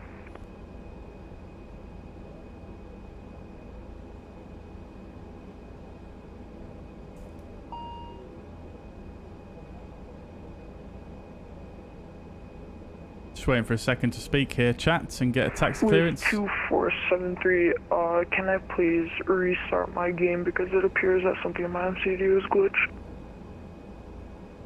Roger. Athens ground, very good evening. Olympic 903 just vacated, 2 on left at Delta 7, request taxi to a stand. Olympic 903, I see you on Delta 8, so continue straight ahead on Delta 8 Kilo and right on stand Bravo 60. Yeah, apologies, must have missed the Delta 8 sign. So yeah, continue straight on Delta 8 Kilo and a right turn onto Bravo 60, Olympic 903. Good. Right then, chat. That's actually the stand we departed from earlier on. So let's go ahead and go stand here. And we want Bravo 60. So we'll just go to here.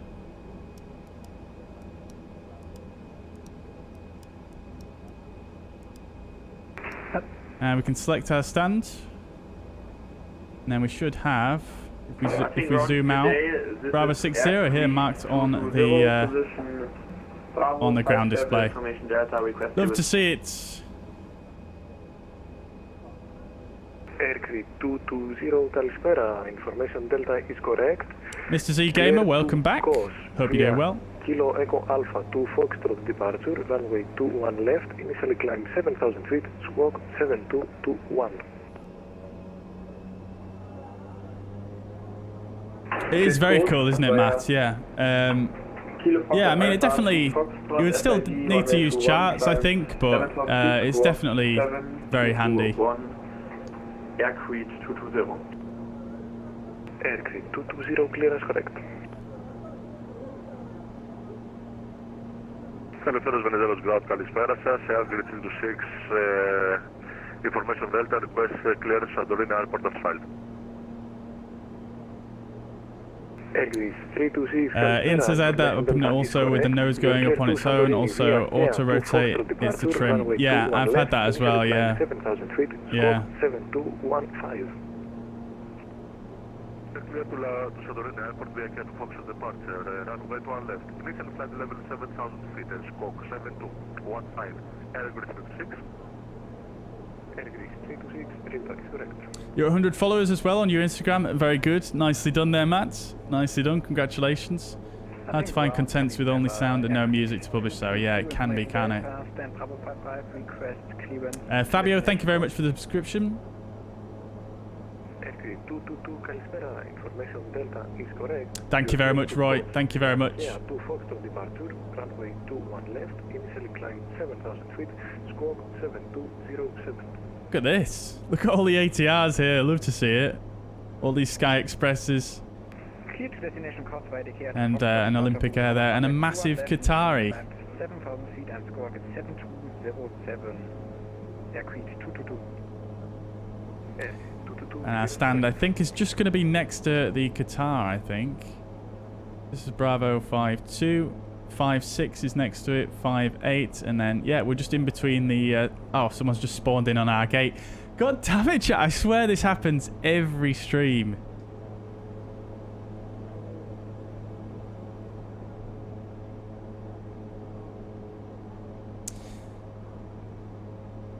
Thank you very much, Mr. Gamer. You said that a little bit earlier on.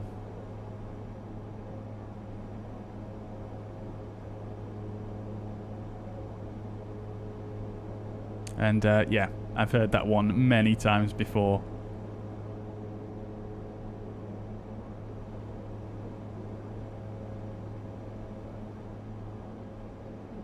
This Qatar is parked in a rather strange spot. Chat, I'm just going to come over on this side. We'll just disconnect from VATSIM.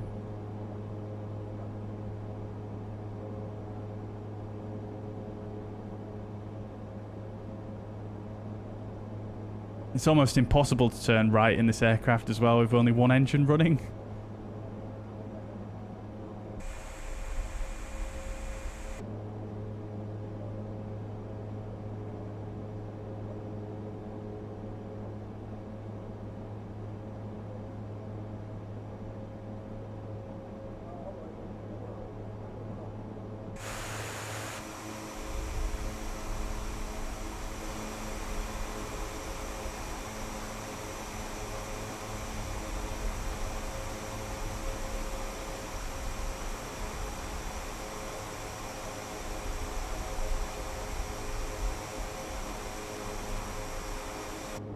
Right, parking brake is set. Engine 2 to feather. Prop brake is ready. Prop brake on. Good. Fuel pump off on the left side. And we'll get the beacon light off now. Wing light can come on as we're on hotel mode. Seatbelt signs can come off. Good. Right. Okie dokes then. So we'll go ahead and just open some doors. Wheel chocks in. We'll get the ground power as well.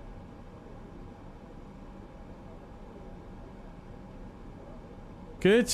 Okay. Go on to ground power. And we'll go fuel shut off.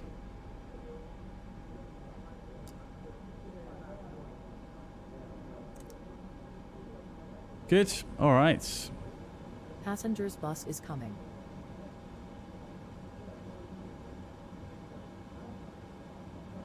Parking checklist, parking brake engaged, taxi and takeoff lights are off. I think I actually forgot the taxi and takeoff. There we go.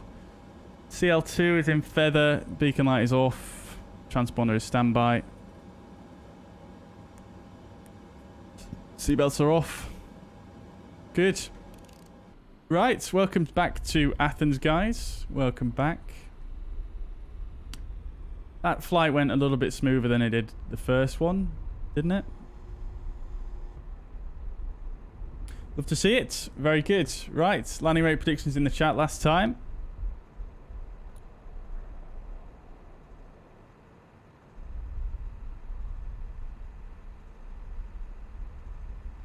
Oh, what's going on there? What is going on there? There we go. The autofocus hunting.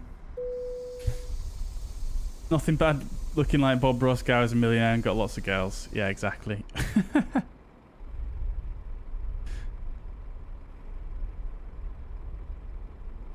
Right then, chat. Let's see, I did think I missed a few messages. Swiss Pilot says, do I think there'll be an A340 for Microsoft Flight Simulator?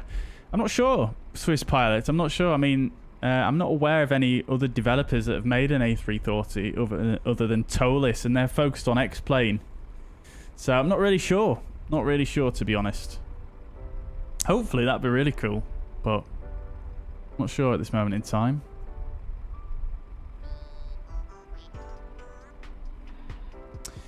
Right, okay then, so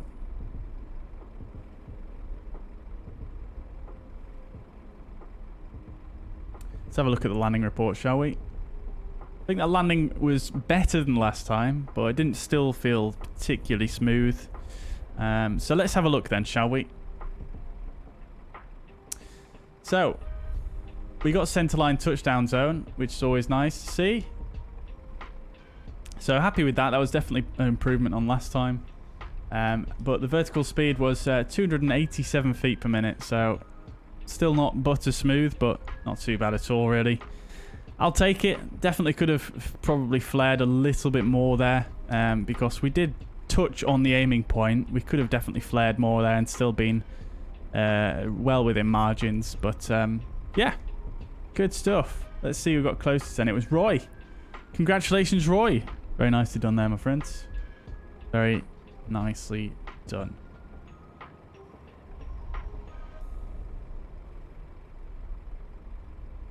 Thank you very much for the sub, Mr. Z Gamer. You don't have to repeat and spam in the chat. I can see the messages. I think they'll be because Aerosoft make the next Airbus. Yeah, I mean, have Aerosoft made an A340 before?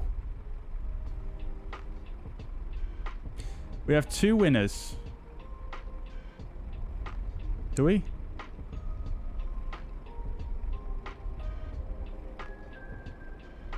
Because he gets 254. Wait, was that the same as what Roy said? Oh yeah, crikey. Quizzy got 254 as well. Nicely done there, dude. 2 people guessed 254. Nicely done there, guys. Wow, I think that's the first time it's ever happened. What are the chances?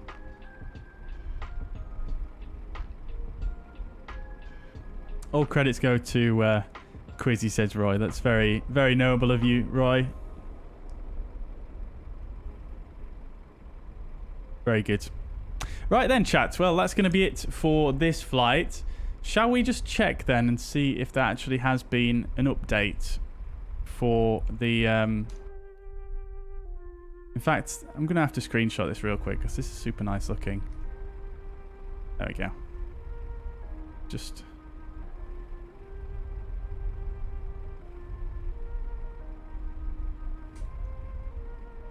There we go. Okay, let's see if there's been an update then for the ATR. Someone mentioned that earlier on.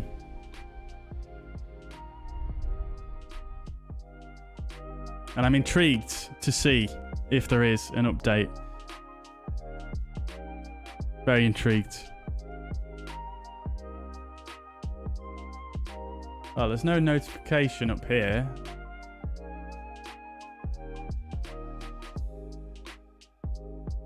Yeah, no updates available.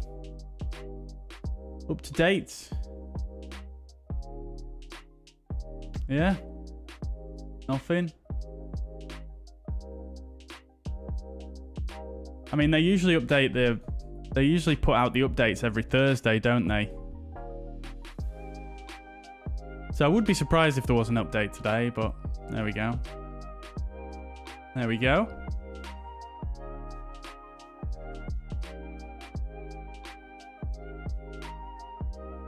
Whereabouts did you hear there was an update, Ian?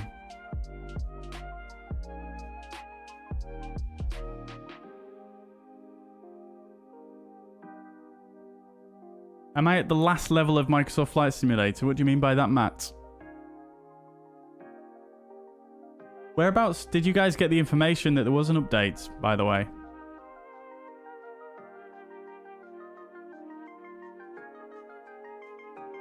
Very good, Mr. Z Gamer. I hope you're enjoying Microsoft Flight Simulator. That's what we exclusively stream pretty much on this channel, so hopefully you'll enjoy the content. Right, let's watch the replay then, shall we?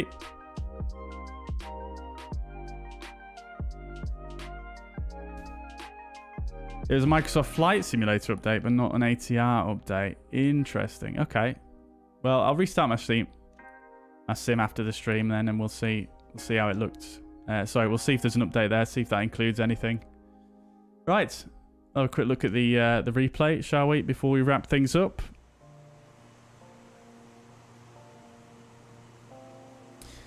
Love the approach into Athens. Just the colour of the landscape and just how the landscape looks. It's just so stunning.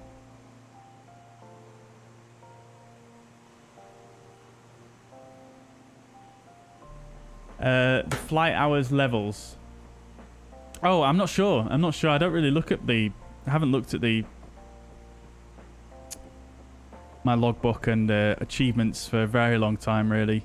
I don't really pay attention to it too much because I've done a lot of flying in the past with the dev mode open, and it doesn't log your flights if you do that, so...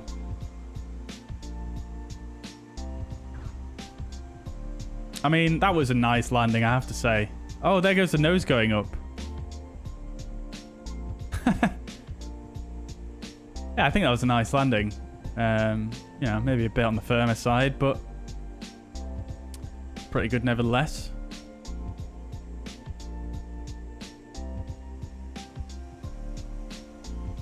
Also, we just have to do this real quick. Check this out.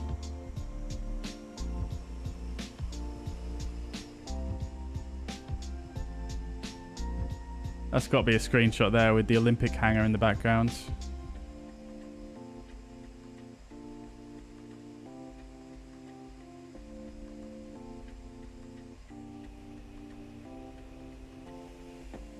Yeah, I mean, I think that was a good landing, honestly. That looked nice.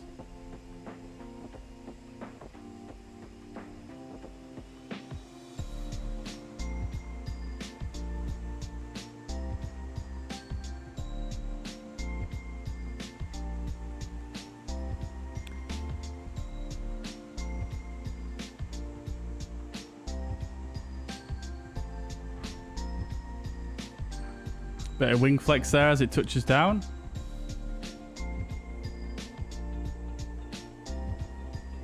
Not sure if that's from FS Realistic though or not, I don't know. Update hoax. It sounds like it is, yeah. I don't know what's going on with the update situation.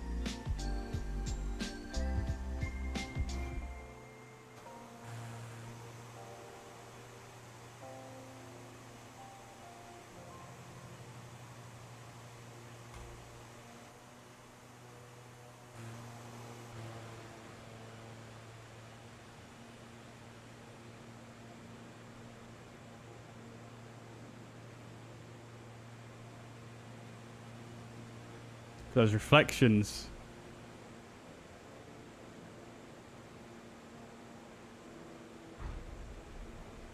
Oh, there was a small bounce as well. You see that?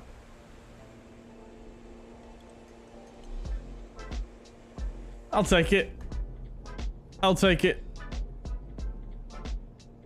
Right then, chat. That is going to be it from me for today. So thank you very much for watching. I hope you guys enjoyed. Once again, my apologies. Don't quite have time for the Mykonos legs today. But once again, guys, I hope you have enjoyed. Enjoy the rest of your Saturday evening. There's going to be no stream tomorrow. I know I normally do one on Sundays, but I've done one today instead. And we had an extra stream in the week, so... Not going to be a stream tomorrow, so I'll catch you guys again on Tuesday. I'll update the... I should have a bit more time next week, so I should be able to get a schedule up on Monday, so you guys will be able to see what times I'm streaming at next week. But I hope you guys enjoyed. Enjoy the rest of your weekend, and I'll catch you in the next one. Thank you very much for dropping by, guys. Bye for now.